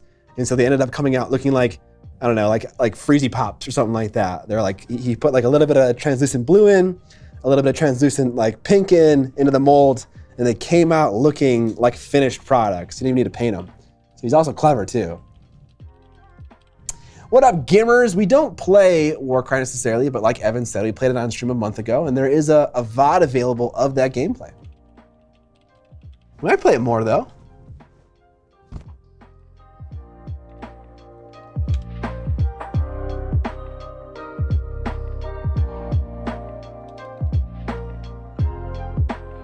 I By the way, are you talking about Trent Dennison, Eric? Or are you talking about Trent from Miscast, the YouTube channel? Ricky Bobby, thanks for the sub.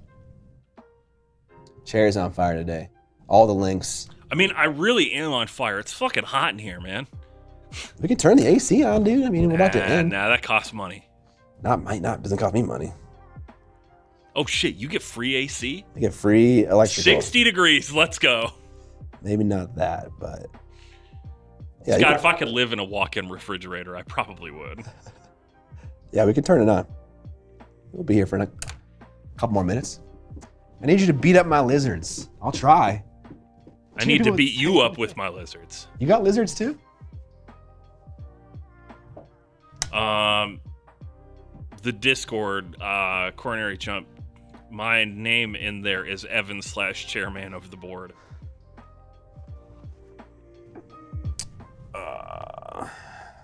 I also have my king chair emote as my icon in Discord still. I'm pretty sure that my DMs are open to non-friends, so.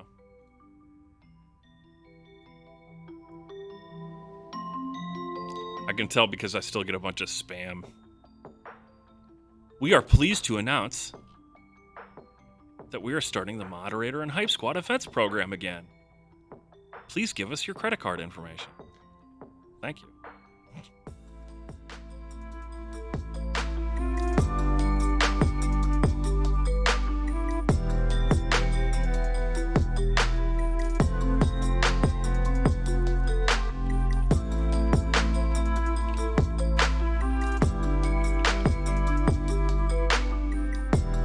So chat, you're not going to see this happen. You'll see it in the video. But I'm going to come in with the airbrush using similar colors. Not as many. I won't do 5 different colors in the airbrush. But I will apply them in, like, I'll take the highlight color, for instance, and then spray it right on that thigh. Kind of expand that highlight a little bit. And in doing so, blend out these shapes a little bit more. And then I'll come in with some of that mid-tone and kind of maybe kind of push some of that highlight back a little bit if it went too crazy, kind of just soften these transitions. And that's a much faster way to paint a display model if I can offload the blending to an airbrush and do the heavy work with a paintbrush.